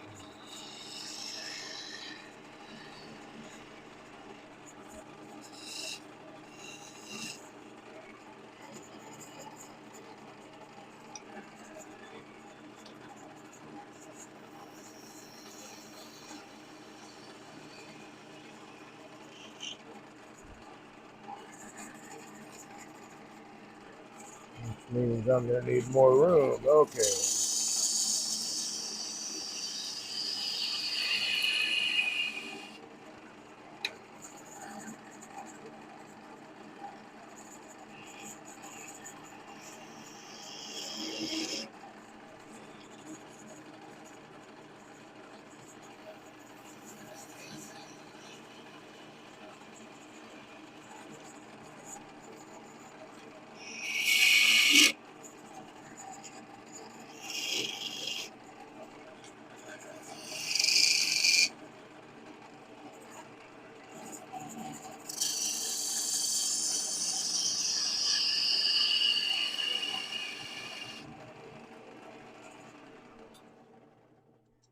That color is really nice. Very, very nice. Okay, let's see. Am I close enough to start with that? Yeah, I think I am.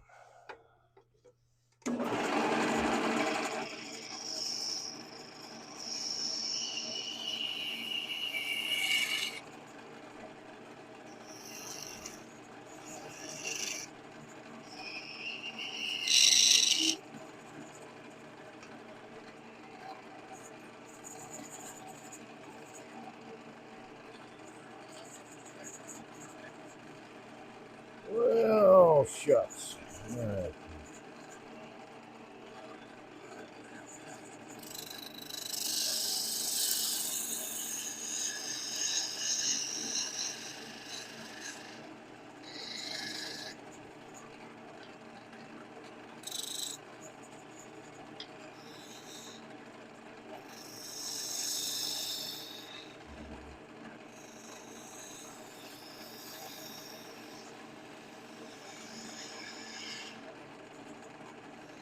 Gotta clean that surface up there. There we go.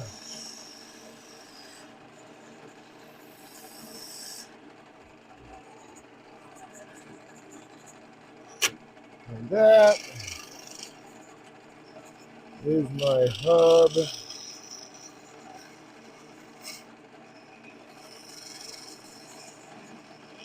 On this side.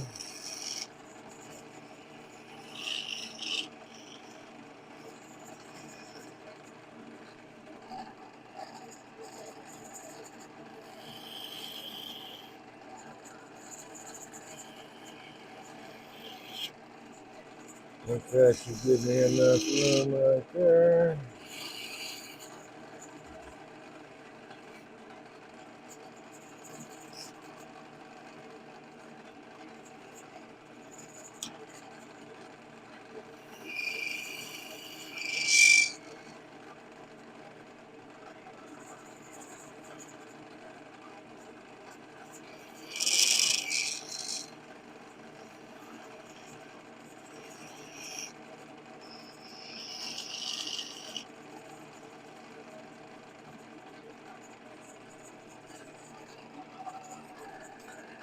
Maybe not quite.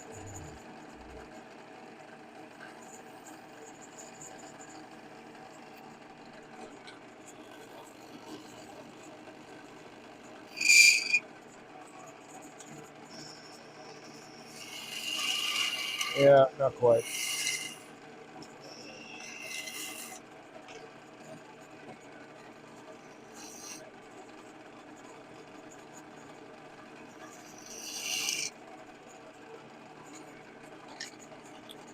Oh, take it a little bit further back. There we go.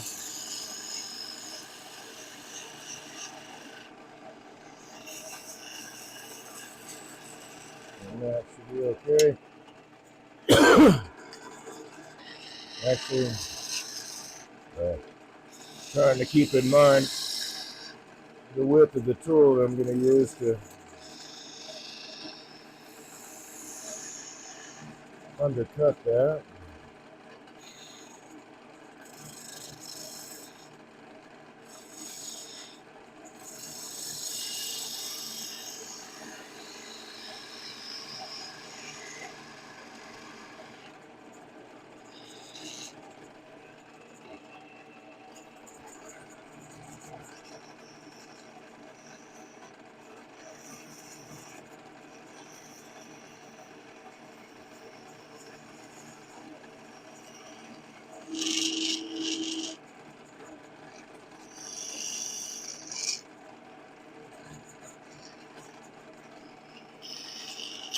Oops.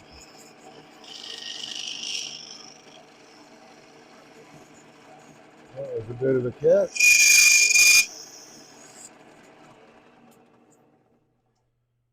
But the mark is gone now, so that is good. Oh, except for that.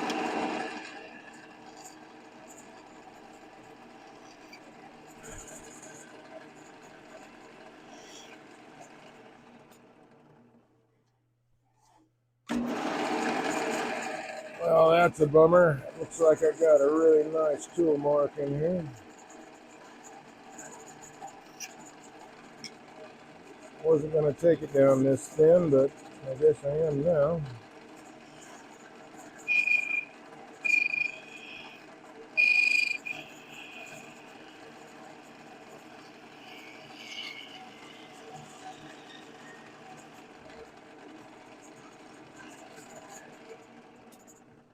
Okay, so the tool that I made, well, let's open this up. First, bring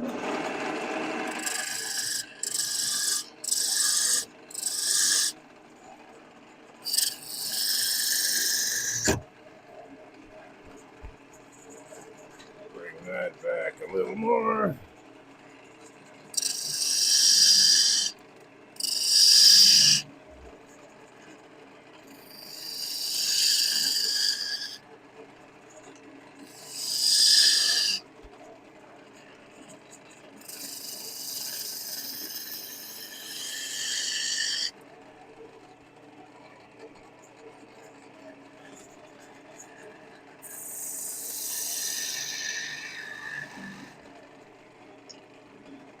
Won't fit in there.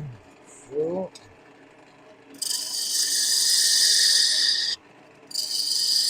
let's help you a bit.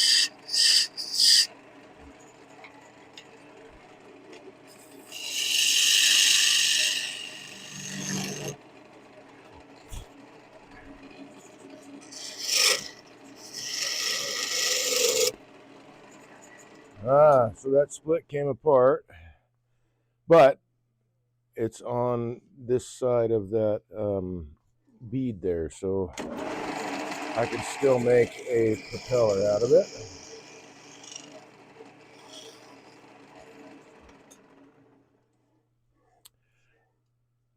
But I thought that might be an issue, that split, so I'm glad I... Excuse me.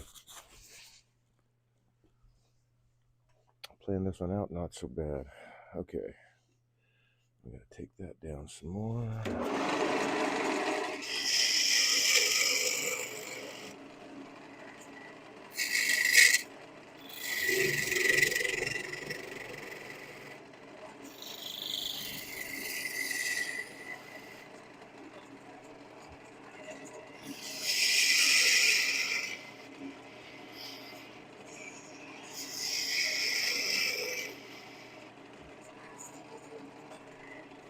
And I want to match the diameter of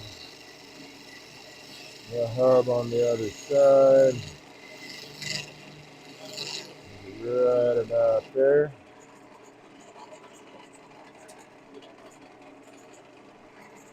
Let's take a look at this guy. Can I clean that up? I think I can.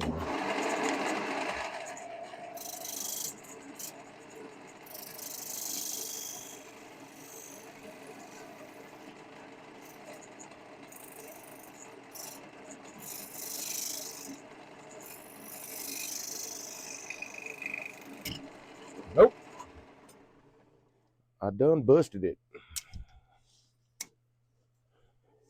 All right, let's move on to a different piece of wood. I can see that split goes like almost all the way through now that I'm down in here, which is a drag. But at least I can use this bit for a finial at some point. So I'll grab a piece of maple that I had as a backup.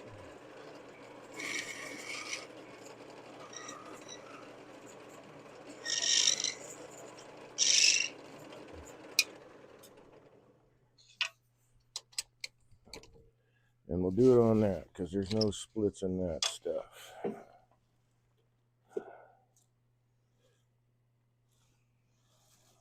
Oh, actually it was walnut. Cool.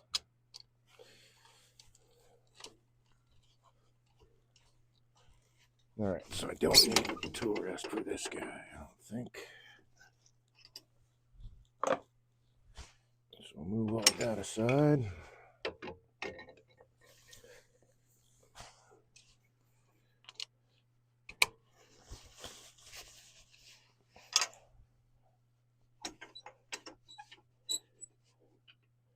And go again.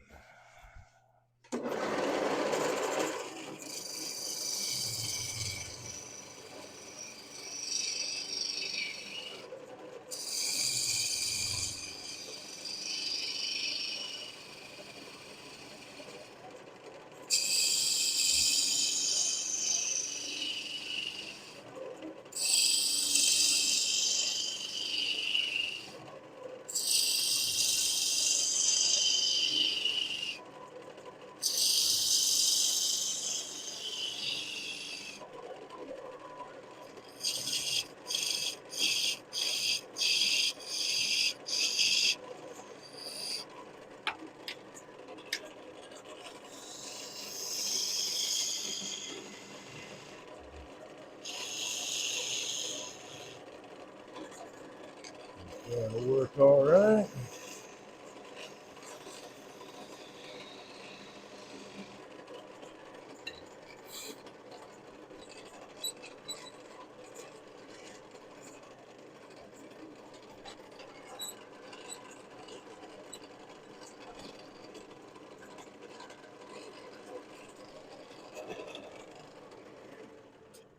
Make sure I'm at the right height. I'm too low.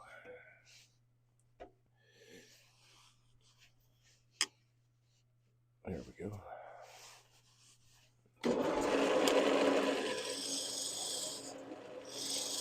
Let's see, actually I should make this a little bit smaller diameter.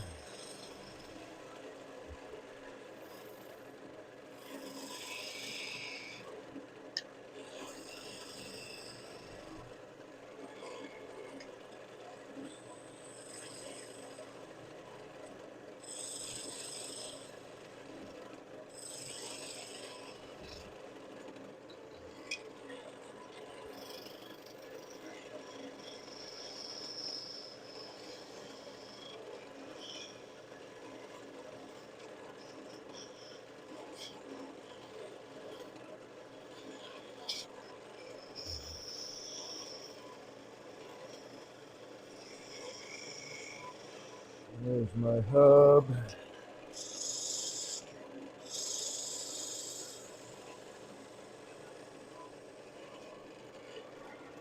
Just about got rid of that hole.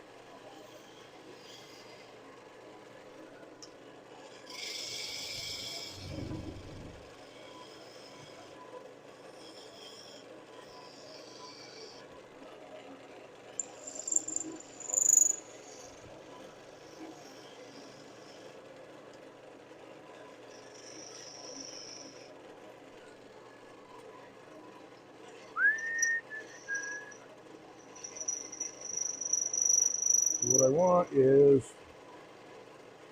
a fairly smooth surface. I'm gonna do a little bit of sanding, but I want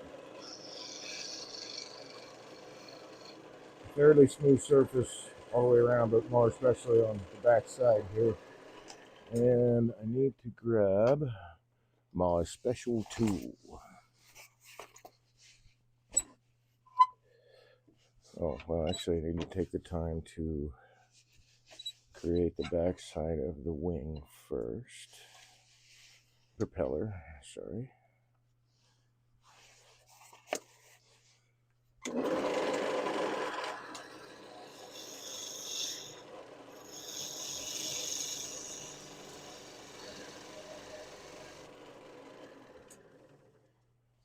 Clean up that rough spot right there. There we go.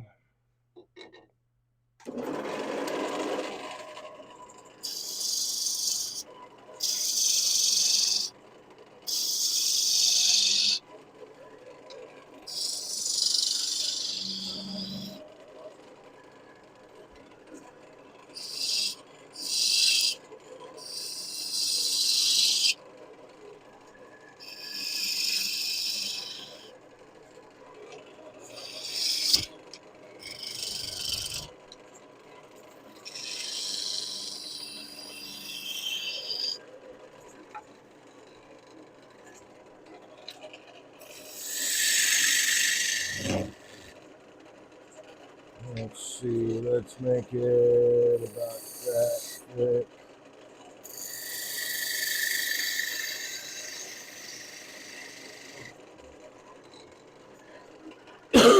Excuse me. Got this constant sinus drip happening, man.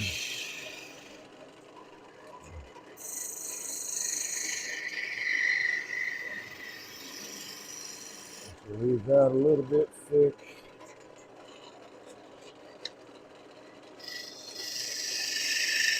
I'm gonna match my hub diameter.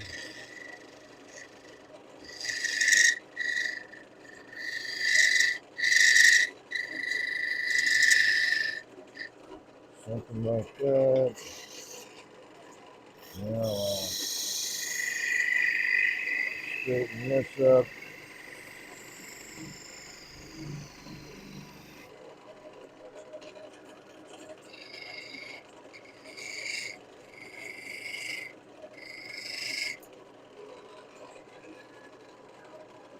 Not quite there, hold on.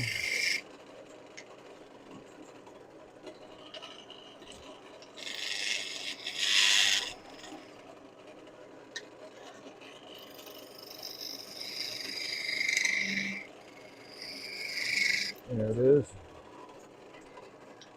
And it is about that thick, maybe.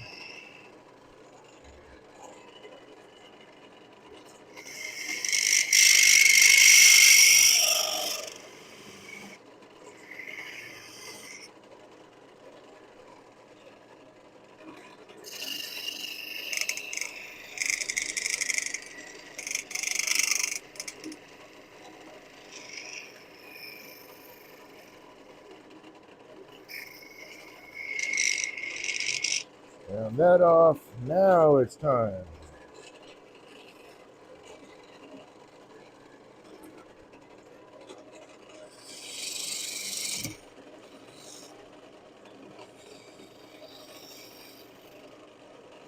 To finally get in there.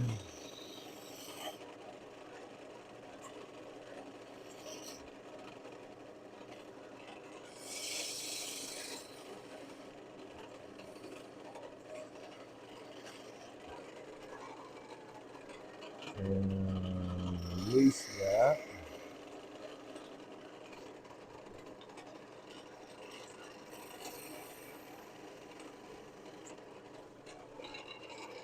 From the rest of the material. So what I did was I got a pin vise. It's like $6, right? Everyday ordinary pin vise. And if you're anything like me, you've got quite a few Allen wrenches laying around that used to be part of a set, aren't part of a set anymore. Maybe you don't know what the heck you were going to do with them. They're just sitting in your toolbox. Why throw them away? Because they're a good tool, right? So I took one and I ground off. So you can see it's rounded on the back. Let's see if this maybe will help. So I turned it into a negative rake scraper.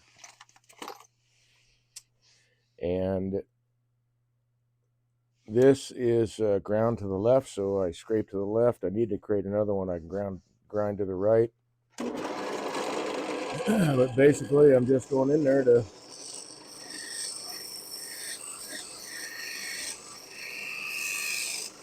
get that out of there.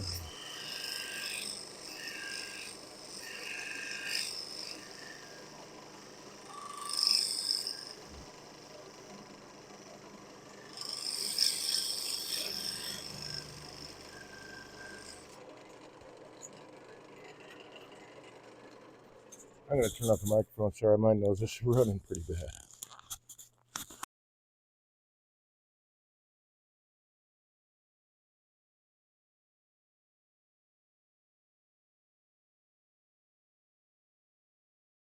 All right, I see we got another bot in chat. Senatorial sitting. Cheap viewers on stream, do yes. I'm sure there are.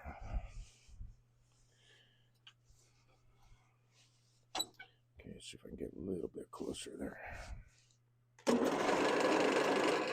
May have to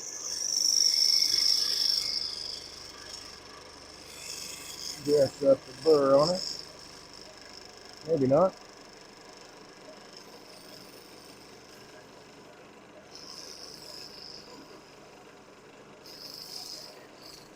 There we go. But having that handle lets me to, do what I need to do with the Allen wrench. Move that aside.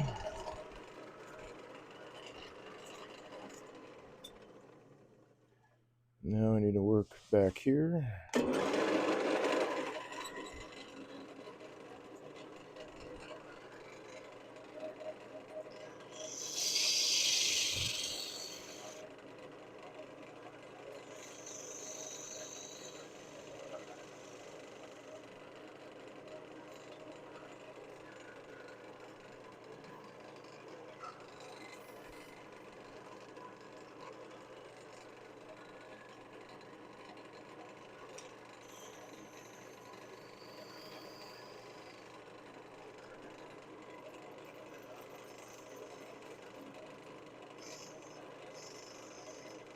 And do a little bit of sanding.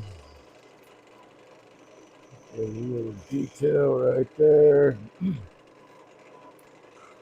It could be a smart aleck and throw some beads on the center shaft, but I think we'll not do that this time.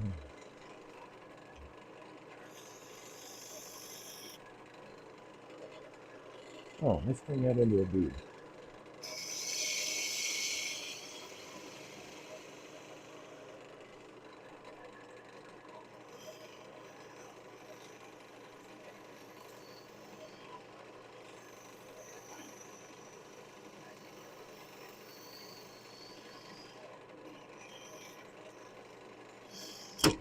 Whoops, came right off the tool rest.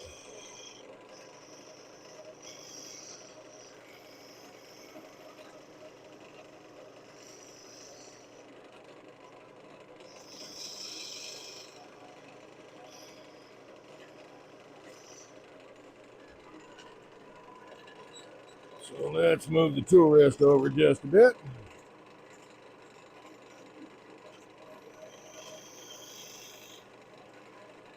There we go. Now I'm going to take a little bit of abrasive, which should be right here.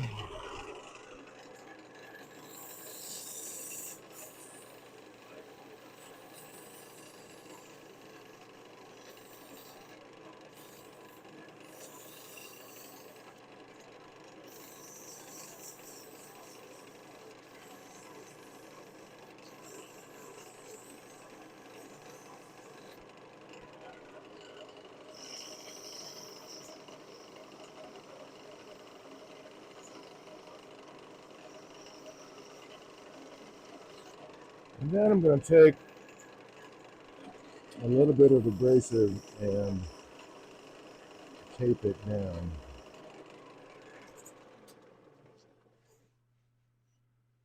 In theory, anyway, onto this piece. Or maybe I can just use,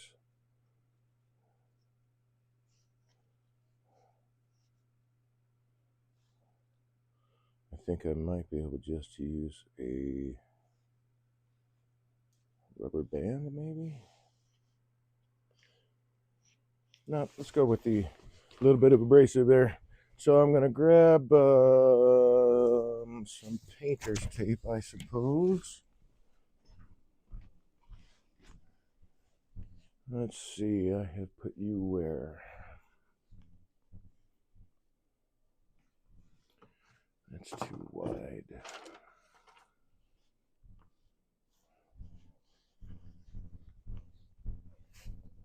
There you are.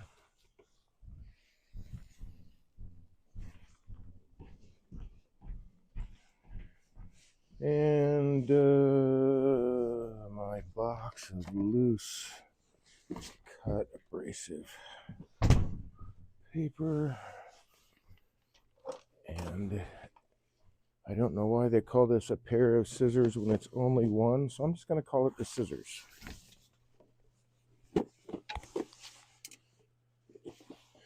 So what I'm going to do is I'm going to take, let's see, some 120 here.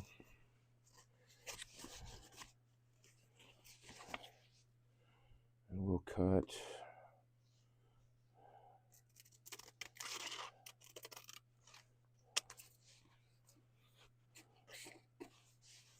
a little bit off there. And I'm going to tape this on and use it as a flapper, if that makes any sense.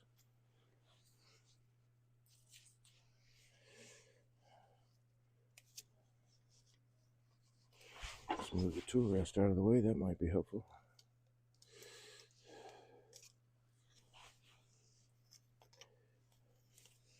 If the painter's tape will stick, there we go.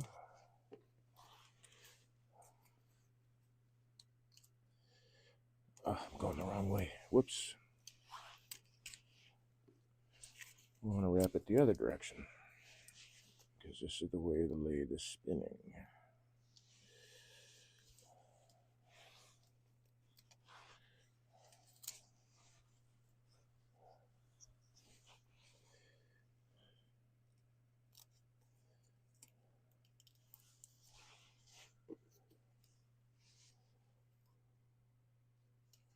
And hopefully this works out okay. We'll find out.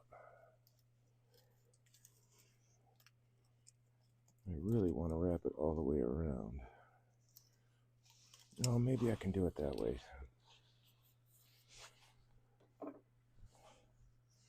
No, that's not going to do it either. Okay, so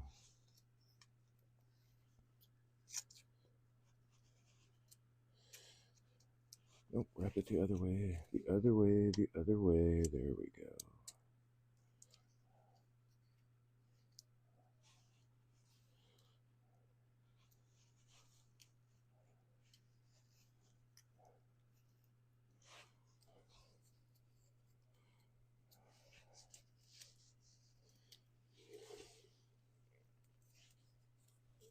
And let's see if I can get this to work.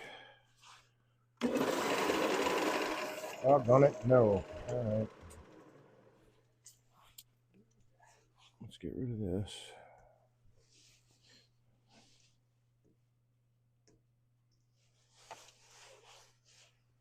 Somehow or another. Here's the end.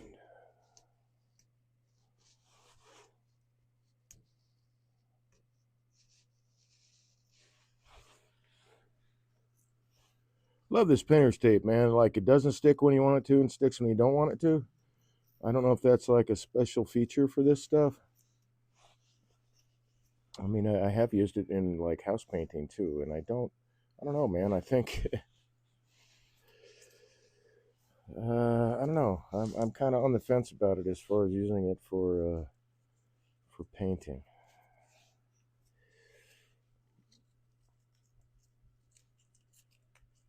I've got to be able to. If I do it that way, maybe. Okay. We'll try that.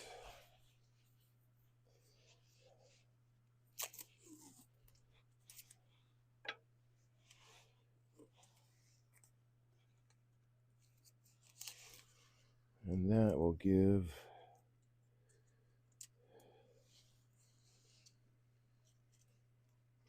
We'll make the abrasive kind of friction form to the wood a little bit. In theory, yeah.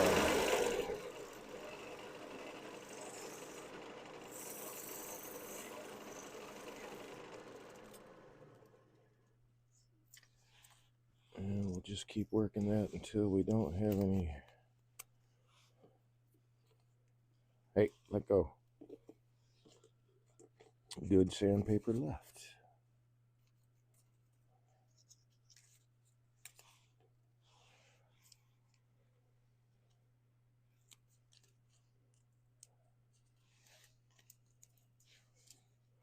So I'm just cleaning up the inside of the hub there a little bit. Come on, stick. Grr. Painter's tape sucks.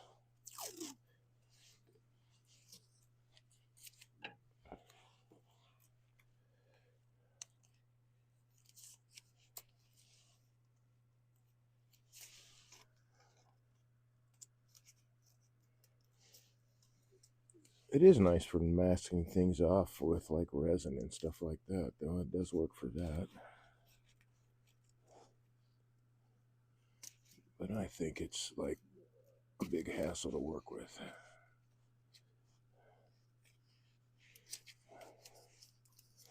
Okay,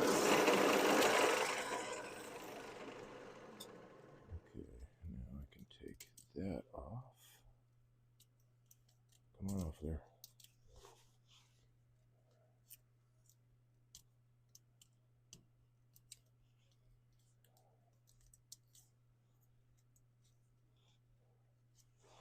And then that little bit off. If it will release. Doesn't seem like it wants to.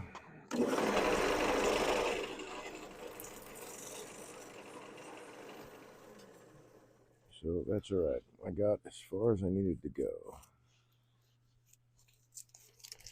I do believe, let's see. Yep, okay. So that part's done. All that's left is to carve the propeller. And actually, if I can get away with it, I'm going to try to use, well, let's say I try to use a saw, but I got my Dremel right here, so the Dremel will make quick work with it. Let's get, oh, hey, that'll work too.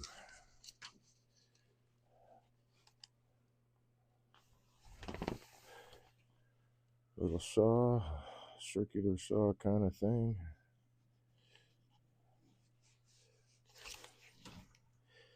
So what I want to do with this, you guys have to keep in mind grain orientation in order to have a fairly strong propeller. So I want the grain to be running along the axis of the propeller, not the other way around, not perpendicular to it, because that can snap off real easy. So I'm going to cut it on this side and on that side.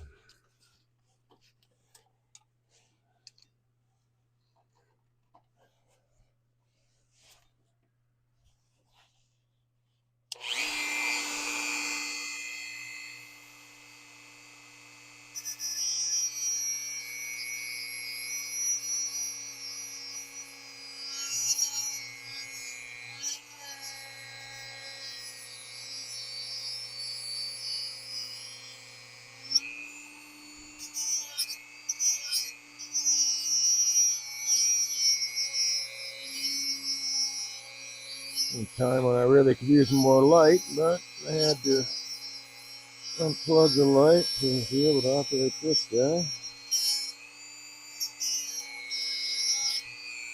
There we go. That side. Now I'm going to extend this just a little bit more. Come on.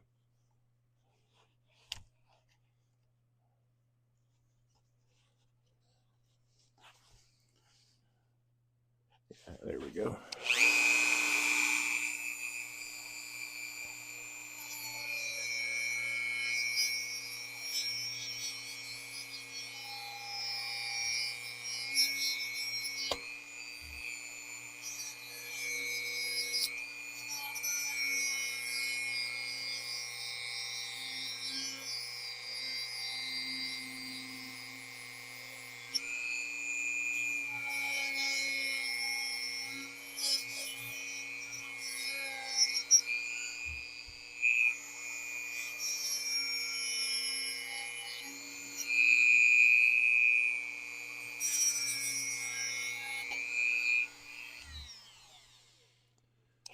And then I will grab,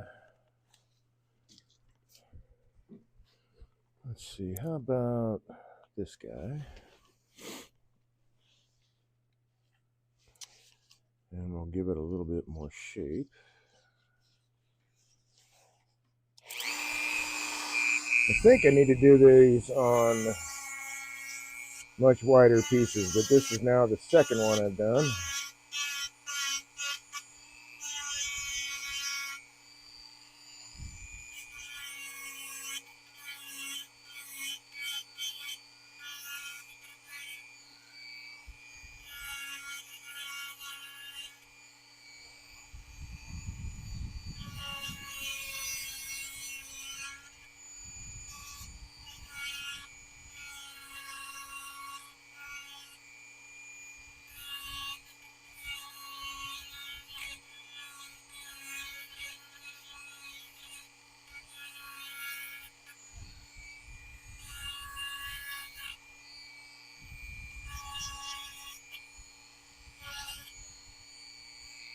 Let's see, it needs to be a little thinner here.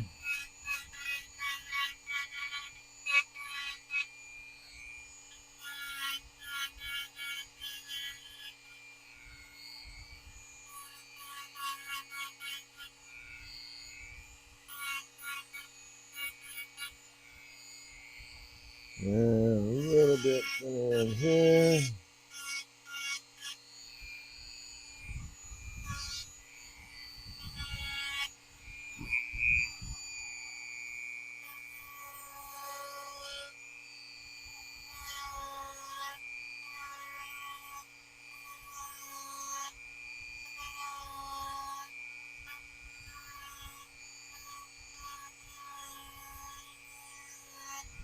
Give it a little bit more shape.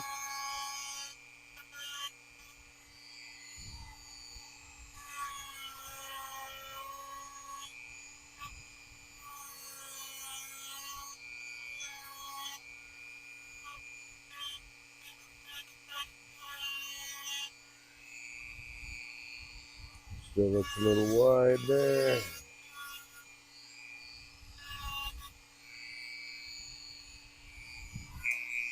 And now,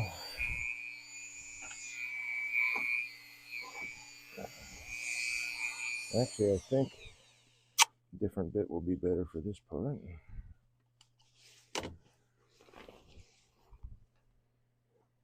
And I think I will use the curve guy. How about this guy? Football guy. A little football shaped grinder.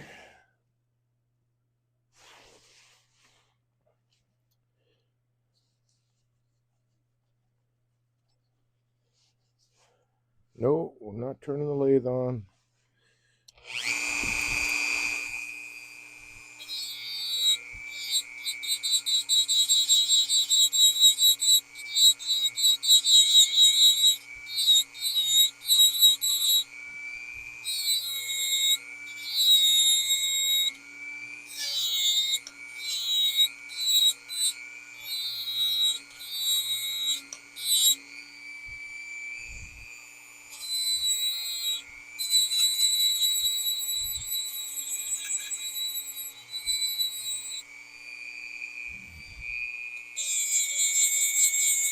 And we'll carve a little bit better, propeller shape into it.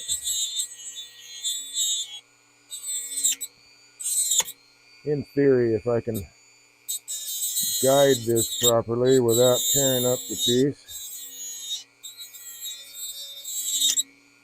which I don't know, I'm struggling with.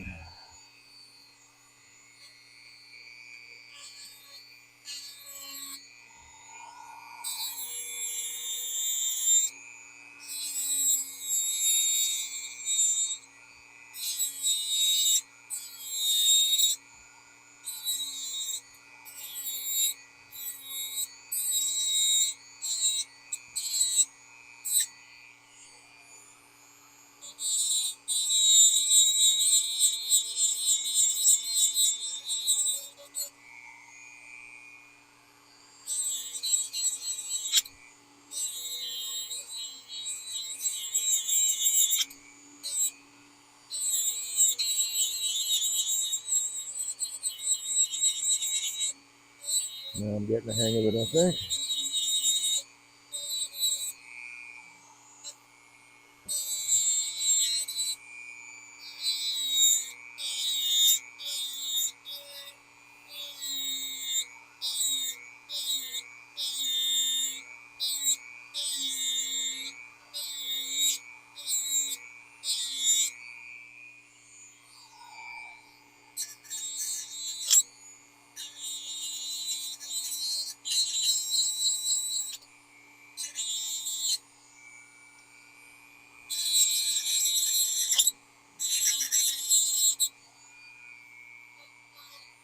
Or I thought it was anyway.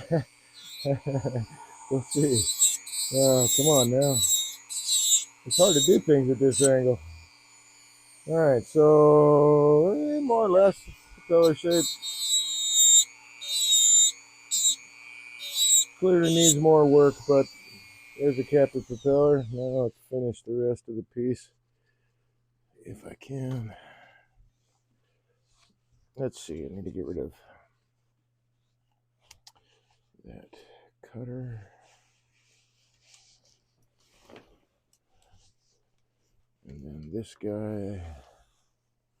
And if you don't have a Dremel, I mean, files will work, or you could do it, wrap some sandpaper around a dowel or around your finger. So you can get that little end cut there for the prop. Let's put that back in its holder.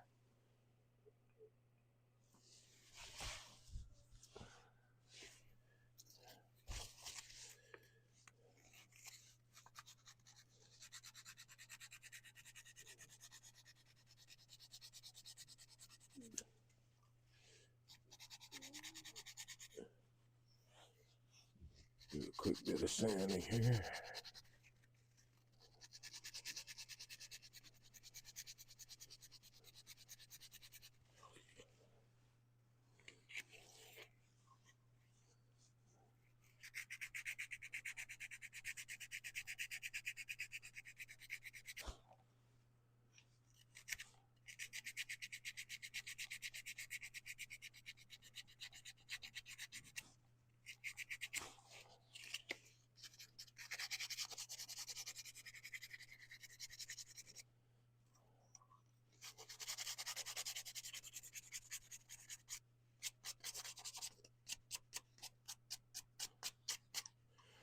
That's not so bad for a second shot.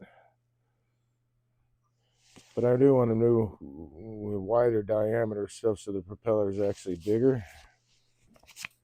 That works for now. And so it's captive on both sides.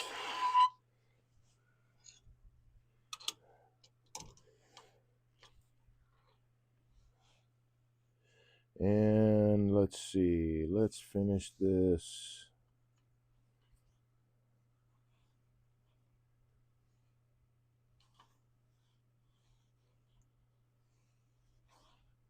With a dome, I think. Maybe.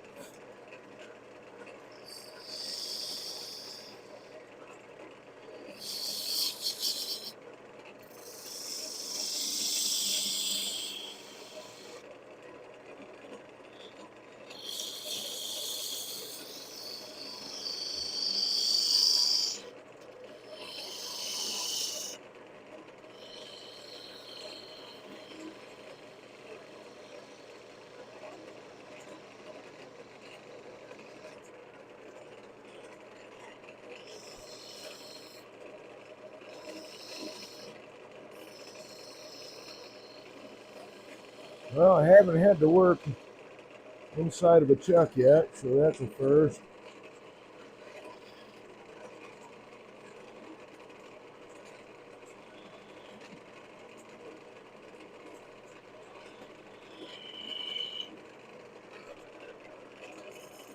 But I think it worked out really well.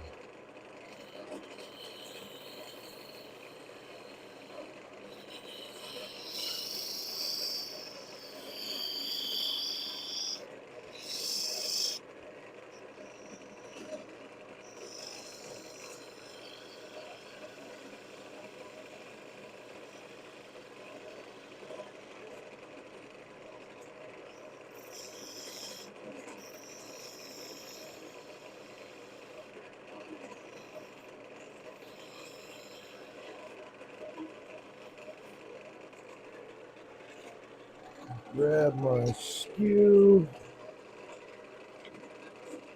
Clean up this little bit right here.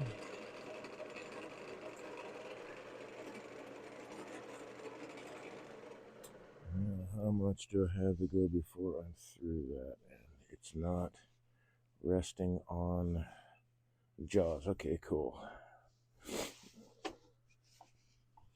In that case,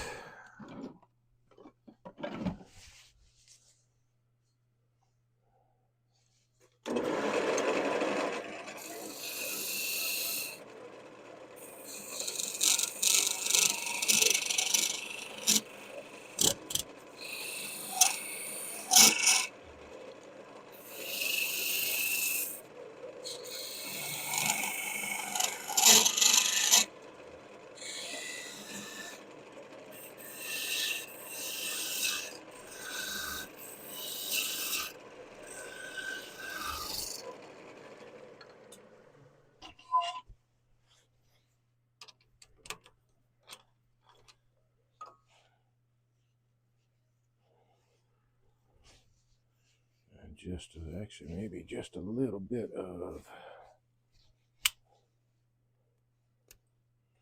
pocket knife action right there. And then a little bit of abrasive, which will be behind me.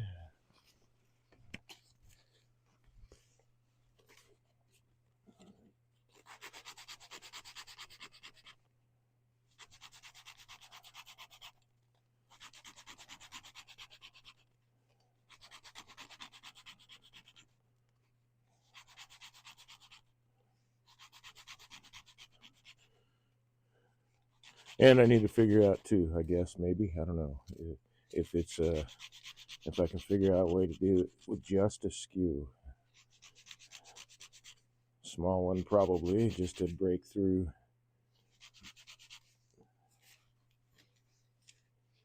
The hub there. And there's the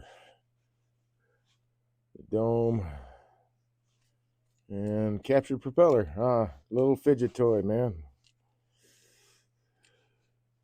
I don't know. I guess you could do it that way. I don't know. Maybe I think you'd have to do it two-handed. I don't know. Anyway, so that's it right there, man. That's number 2. I'm going to do some more. As I said, I want to get, a wider prop on the shaft there. So I'll have to start with a wider piece of timber.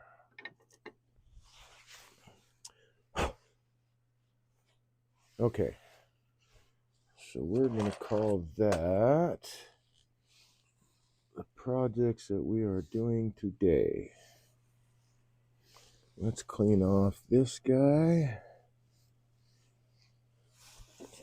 Turn that off. There we go.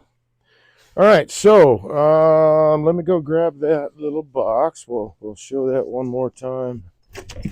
And then this prop. And actually, I think I'm going to grab some walnut oil and hit that prop with it. That looks pretty cool box. That's a cool box. Let's take a little bit of walnut oil and hit the walnut with it. How about that? Oh, and I can plug my light back in.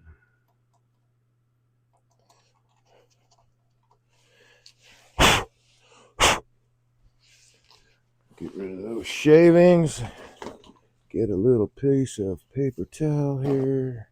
Half of one will do. Grab this guy and give it a little bit of walnut oil finish to give it some color. Maybe things will stand out a little bit better. I don't know.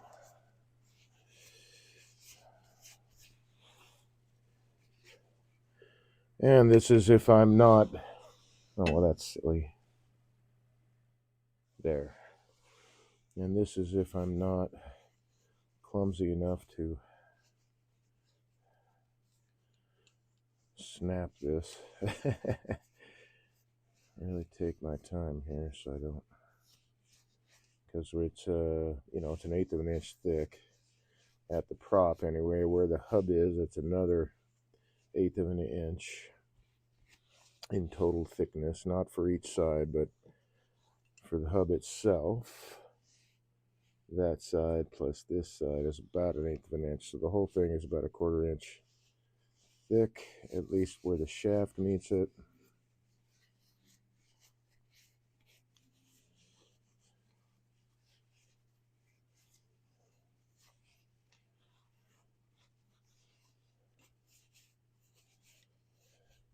I remember when Matt Monaco came out here to do demo and give classes, and Joe and I were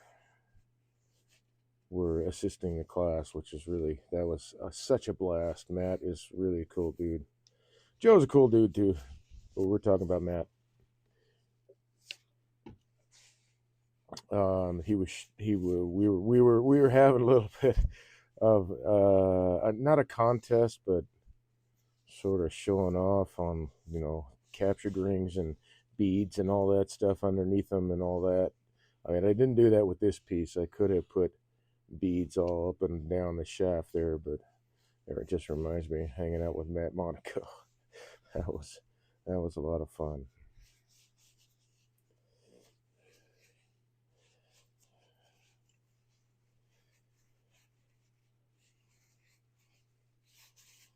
All right, so there's a little bit more color. I wonder if my pocket's caught. I wonder if this would be a better view. Then this one, I don't know. Let's see. I think that one's. It's hard to tell, I guess, because I got a picture in picture. So take it for what it's worth. There's the prop. Hey, since I have the walnut oil out, let's go ahead and do the box too. The inside of the box.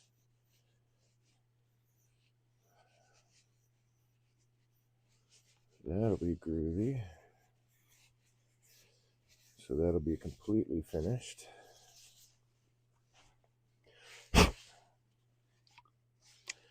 Just squirt it in there and spread her around.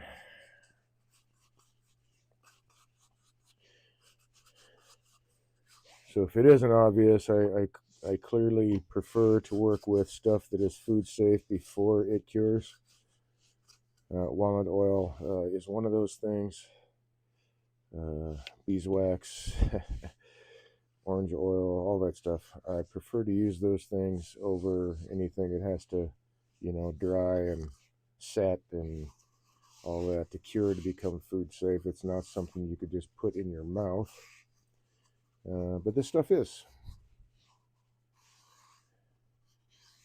And it won't be detrimental to your health, either working with it or using it as a utensil or holding it in your hand. I know they say, it is said that petroleum products, all that, and I do use them I do use that for gallery pieces because they're just going to be, they're not typically something that's going to be in daily use, an art piece, right? So I will use Danish oil, Waco Danish oil, and sometimes wipe on poly. But on stuff that I think is going to be handled a lot, I'll use my buffing balm or Mahoney's oil. I really need to dry that, or dry as if it's water dry. No, I need to wipe that down.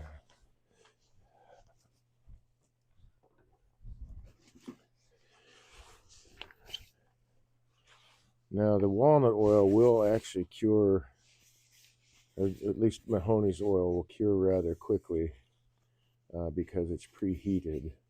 And so the long polymer chains, the walnut oil does harden and give a nice surface, but just straight off the press or whatever, it takes longer for the long chain polymers inside the walnut oil to combine and cure and harden, unless the oil is heated. I don't know what temperature that is. I would love to know. But that will be all set by tomorrow. I'm back tomorrow afternoon, 24 hours basically, and it will be completely dry. Actually, it'll probably be completely dry before morning. And let me grab this little piece of poplar plank. We'll rotate it a bit, so that's what it looks like with sitting on the feet. That's what the feet look like after they've been carved. Inside of the box and the lid. I guess if I don't have my finger in the way. So that's a cool little box. Nice little demo I got to do for the club. I had a good time, but I always do. It's like I woke up. I woke up at 6:30 Saturday morning, which for me is mighty early. That's usually about 2 hours after I go to bed. 2 to 3 hours after I go to bed is 6 o'clock. So, or 6:30. So I woke up. I had everything packed. Trip across town took a lot less time than I expected. So I got there early, and I was just excited to do this. They asked me if I was chomping at the bit. I'm like, yeah, because like every chance I get to turn, especially if it's like teaching or in front of people, yeah, I want to do that. I enjoy it. I think it's great to have that interaction with people. That's why I really enjoy teaching. But I just in general like wood turning. I mean, I started turning as therapy for PTSD. Found out uh, I kind of had a knack for it, but it's been like amazing therapy. So TC Smo says, nice prop, better than flat. Yeah, I agree. My first one was flat. And I was like, yeah, it doesn't quite look right. So I'm going to fine tune that. But that was the second one. We'll fine tune those. We'll have. I'm hoping. I'm kind of thinking, kind of hoping that I can create one of those prop sticks, where you zip it up and it flies off on its own. I've got an idea, but I don't know if it's going to work out well. Especially it being a thin piece of wood. We'll find out. Might have to use something other than I don't know, walnut or whatever. Might have to use um, bamboo. Might work really well. So yeah, that's a cool little box. I'm happy with the way that came out, and as a demo, that's not bad. So I'm going to take a picture of this guy tonight and send it to the president, or actually the secretary, who's going to put it in the newsletter, and that will be the finished item that people can see. If I'd had 2 hours, maybe, yeah, because an hour wasn't quite enough to finish. I had the box mostly, hollowed and shaped and all that. So I think if I'd had 2 hours, I'd have been able to finish it in front of the club. All right. So it is 10 till 11, and I think that, Wiley Smiley Kylie says, nice to see the finished demo piece. Awesome. Thank you very much. I'm glad you enjoyed it. I hope that there are other people in the club. Actually, I haven't even looked at, who joined us in chat other than TC Schmo and Kyle.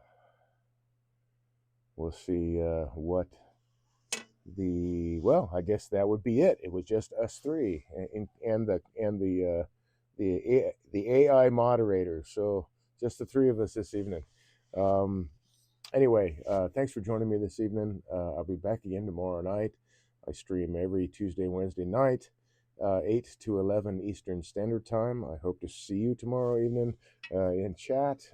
Come join me. I have no idea what I'm turning tomorrow yet, but that's okay. Something will happen. And I don't know. Maybe I'll make a. I've got enough material I can probably turn. I'm sure I can. I've got enough material. I should be able to turn a larger prop, and it will give me the opportunity, I think, if I size it right, to use the hollowing tool that my friend TC Schmo let me borrow. I haven't even put it to the lathe yet, so that might be, because it's got a hook on it. It's a hollowing tool with a little hook, so that might be how I get that prop out of there, which means that my diameter of my shaft can be a lot bigger, maybe the size of my thumb or something like that, in a larger prop. So having said all that, I guess it's time to wrap it up this evening. So I hope that you stay friendly, and I hope you enjoy the rest of your evening. Thanks for joining me this evening, folks. Let's get rid of that camera if I can. There we go. Now it's just that one. So I don't have a picture-in-picture to try to figure out, can they see me? Because I can't see me because the picture is this big. Yeah, I hope you enjoy the rest of your evening. I hope to see you again. Don't be a stranger. Please, any kind of comments and feedback and stuff in chat is always appreciated, and it definitely helps this channel. It's one of the easiest ways and free ways that you can support this channel is to participate in chat. That is across the board on Twitch. So anybody that you visit, if you want to help them out, make sure you chat. Give them a follow. If you like the channel like this one, please subscribe. That also monetarily helps the channel since I'm now an affiliate with Twitch. So I'll see you guys tomorrow evening, and take care.